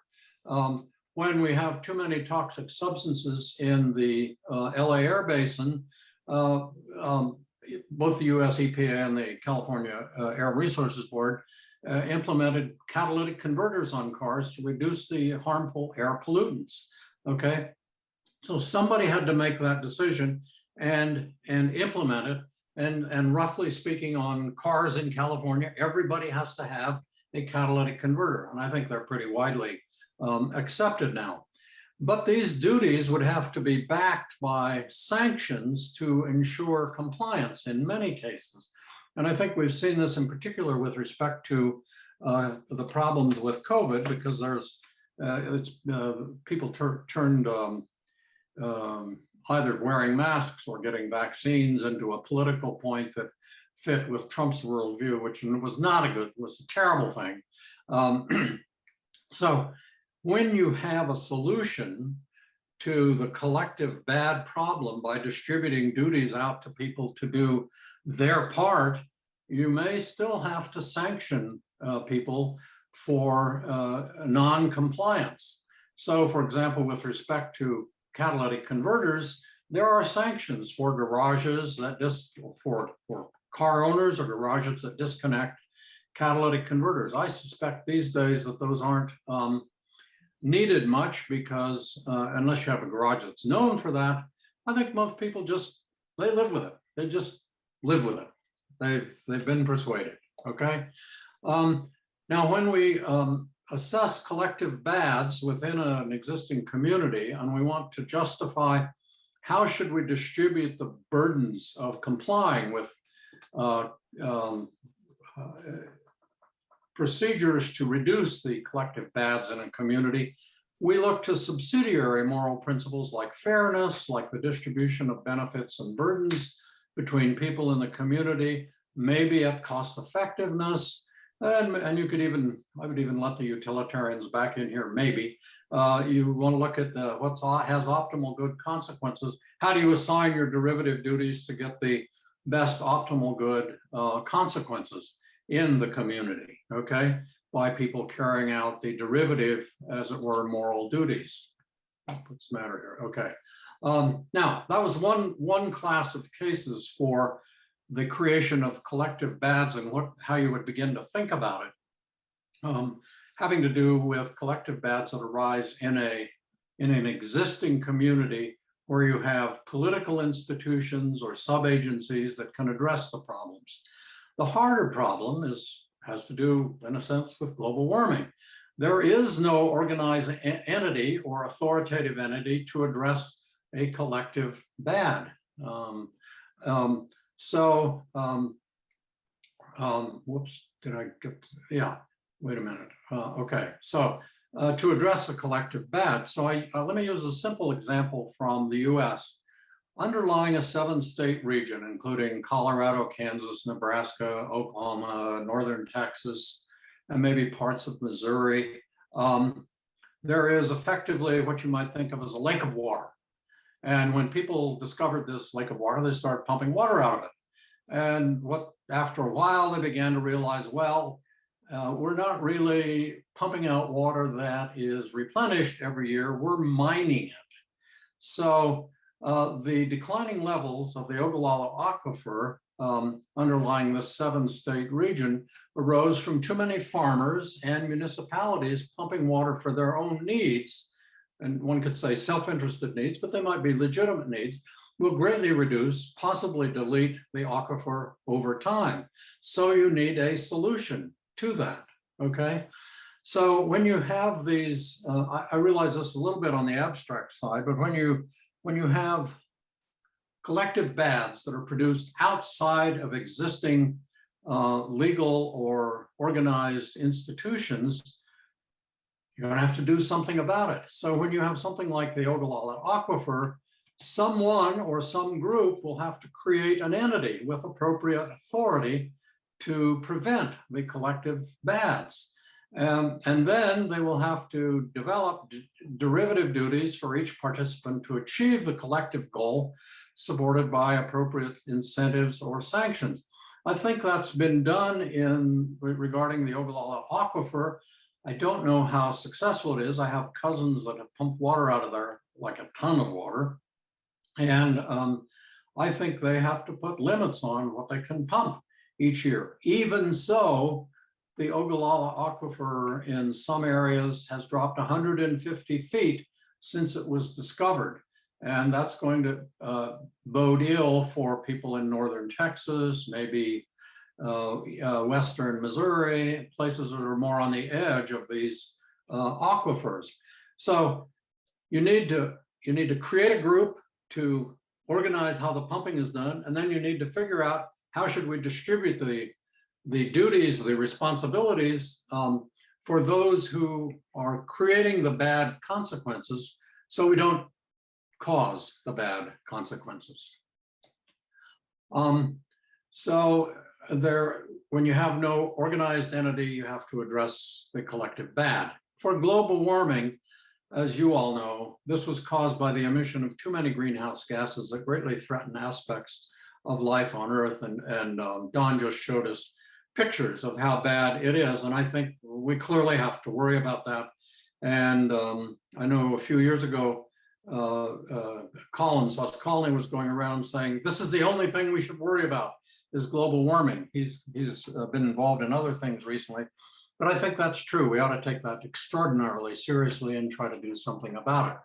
So 197 nations got together and they created the UN Framework Convention on Climate Change in 1994, which was an international treaty. Essentially, this is contract law, although it's not full-fledged contract law, because it's not clear what happens to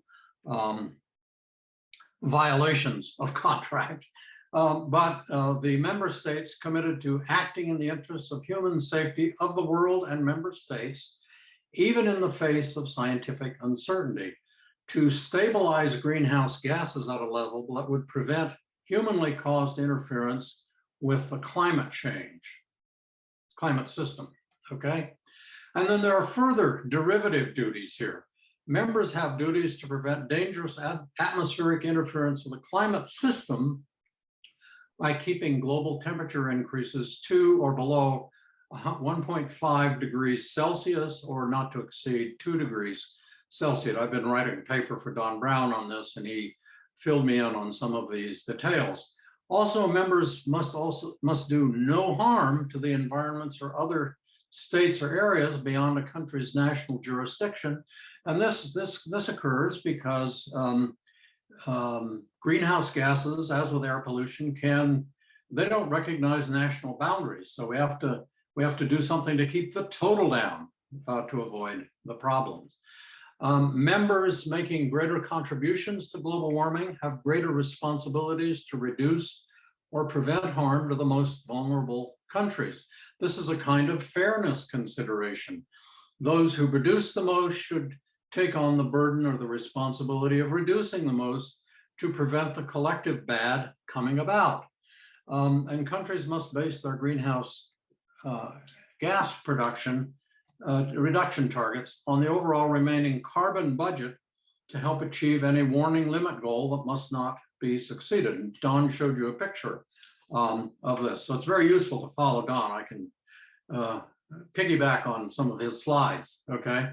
But what I'm going to say in just a moment is notice that all these particular moral and quasi-international duties arise as a result of the collective agreement to slow greenhouse gas accumulation to a level that Mother Earth is not harmed, okay? If that's at all possible. But I think there are some concerns about this international convention, and it would be easy to start arguments. It invites disputes and controversies between countries or even within countries. I found somebody wrote an op-ed page recently about myths about fighting global warming, and this person cited probably an industrious person who said it makes no sense for us to cut down on emissions until the rest of the world does, or maybe until there's a legally binding treaty requiring universal emission cuts. If we worry about that, we're never going to get there. So we should do what we can on this score, but we should do things independently. Are there sanctions under the international convention? My guess is not great. Who enforces them? How are they enforced? Okay. So when we think about these issues, and you can imagine all these debates occurring vis-a-vis global warming, how much are you doing? Do more. You need to contribute more. We say that. What do we do about shirkers, cheaters, India, China, other countries? I had a graduate student who finalized the formal agreement with India in the earlier agreement on global warming. And it took India a very long time to get there, but one morning the representative from India showed up and said, yes, we agree. And that was a big step forward, but it was slow. I think the International Treaty on Global Warming is a kind of surprising start because it's a very hard thing to do. 197 countries agreeing that some things need to be done about global warming, but it seems to be falling behind and short. And I'm concerned that the complexity and invitations to dispute, one should ask, is there a way to increase the rate of reducing global greenhouse gas emissions and add to the sense of urgency to address the issues? And that's what I want to close with. So I want to suggest we might take some steps toward an additional effort from a moral principle that's not widely endorsed, but we discussed this some when I was in graduate school, the principle that can implies ought, and I'm kind of developing it here for our purposes. I think there's now such an obviously urgent issue that we should make progress toward reducing greenhouse gases that we need to adopt a different guiding principle. So my proposal, and this is the last 3 or 4 or 5 slides, all entities, and I use entities in an abstract sense, could be national governments, state governments, cities, nonprofits, individuals, among others, there may be others, should consider what they most effectively can contribute to reducing greenhouse gases. And then they ought to do it. So what are the most effective things? We have to persuade them to be interested in slowing global warming, but then we ask them to consider what are the most effective things they could do to contribute to reducing the greenhouse gases, and then they ought to do it. So can, roughly speaking, implies ought. I got some help from an article, I'd say, from Tom Friedman of the New York Times op-ed page. He says, let 100 Green New Deal ideas bloom. Let's see what sticks and what falls by the wayside. He says, let's just try out a bunch of other things. But he does point out, and I think I agree with this, that these efforts must have sufficient scale. Otherwise, they're just a hobby. So we want efforts to slow greenhouse gases to be more than a hobby. Some individual entities, whether we're considering national governments or state governments, may be able to contribute on a large scale, such as national and state governments, and occasionally individual. I'm going to give you some examples there, because they have and can marshal substantial resources and guide behavior on large scales. That's the thing about a nation state, particularly one like the United States. We can, if we get our act together, we can have people behave, we can have 300 million people behave in a certain way that's going to help reduce greenhouse gases.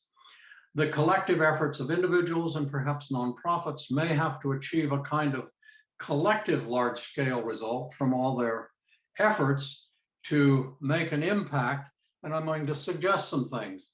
So what are some of these steps we could take? These are just examples. And I reckon before going in, I haven't done a lot of research on this. I try to look up some things for these slides. But what could individuals do? Well, this is from, a lot of this from the EPA, some of it's from me. Buy cars with the best fuel economy. Even better, buy a hybrid. Best, buy an all-electric vehicle. Make houses more airtight. Better, add black screens. Let me put those two together. For some long time, I've tried to make our house and our property independent of the grid. We're virtually there. This last year, I paid $38 in electric bills, nothing for natural gas because we don't have any. And we now are charging an electric car off the solar panels on our roof. It is possible with some investments to do some of these things. A very recent thing is that a friend of mine suggested he had put black screens on his house. And he said, boy, I don't spend any money on, on air conditioning anymore, because black screens with very fine meshes block the sunlight, but you can, from the inside, you can see out virtually as well as you did, but doesn't let a lot of that heat in. As of yesterday, since the spring began, and today the temperature outside is 93 or 95 degrees, we have turned our air conditioning on twice, because our house has good windows. It has solar panels covering a room that tends to get hot and generates electricity for a lot of things. We heat water with different electric panels, and we now charge a car, an electric car, off of the roof, okay? Now, there are other things. This is all, most of this is from the US EPA, but so eat less meat, use electric power strips. I didn't even know what those were. I had to look them up. Purchase energy efficient appliances if you have things that are more than 5 years old. Change light bulbs. Lobby policymakers, very important. Lobby policymakers to collectively, if we collectively reduce household electricity in the United States 20%, I believe this is an EPA number, this puts 200 power plants out of business. So if many people put together their efforts to reduce the electric power they use, that could collectively have a big effect. Let me give you, oh yeah, I get to that in just a second. I think a lot of these are useful, perhaps somewhat, they seem somewhat wimpy, but consider doing more, installing solar panels, perhaps with the help of tax incentives. I'm pretty sure the Bush administration's going to provide more. We just benefited for one to buy an all electric car. Purchase and drive an all-electric car. Now, here's the counter issue. My family drives to Colorado periodically, and when we drive through Nevada, there is almost no house you can see with solar panels. It would be so easy to get the solar panels on the homes of people in Nevada if the state government or perhaps the federal government put an effort into that. I had a friend that just flew in from North Carolina and landed at LA, And he said, we were talking about this just the other day, and he said he looked down at the houses there. Almost none of the houses in the LA area have solar panels. We could do so much in the sunny parts of the state to reduce this. Was that Jeff?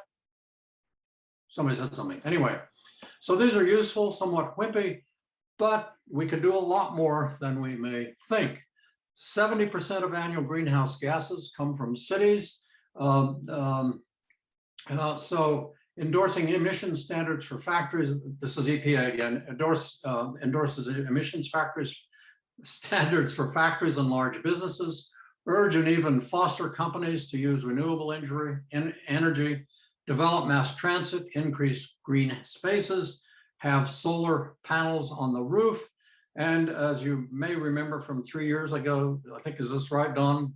Your son, Bob Brown, argued that cities have the scale because they have concentrated populations. And if they can substantially reduce greenhouse gases in the cities, they go a long way toward reducing the greenhouse gas burden from the United States.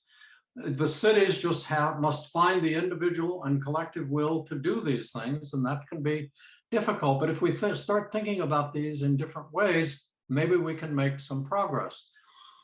Finally, back to individuals. I was aware vaguely that Yvon Chouinard and people associated with his company, Yvon Chouinard Outdoor Gear, had devoted a fair amount of money to preserving natural environments in South America. He, his next CEO, and some friends have helped create 10 million acres of new parks in Chile, and altogether 15 million acres in 3 decades, including Argentina's largest nature preserve. These aren't explicitly greenhouse gas absorbing acreage, but of course they're going to do that. And so if we could get rich individuals to think about giving their money for things like this, that's another way to make progress.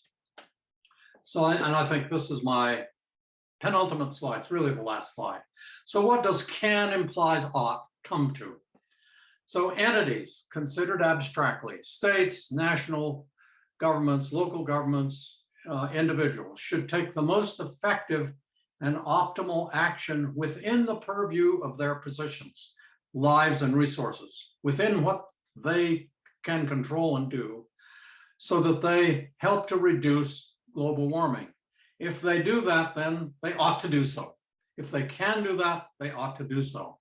This is vague, but entities should find, among various other actions that they could take to contribute to reducing global warming, and then they should adopt, it seems to me, something this is a principle in early stages, adopt the most effective and optimal of the possibilities and pursue them.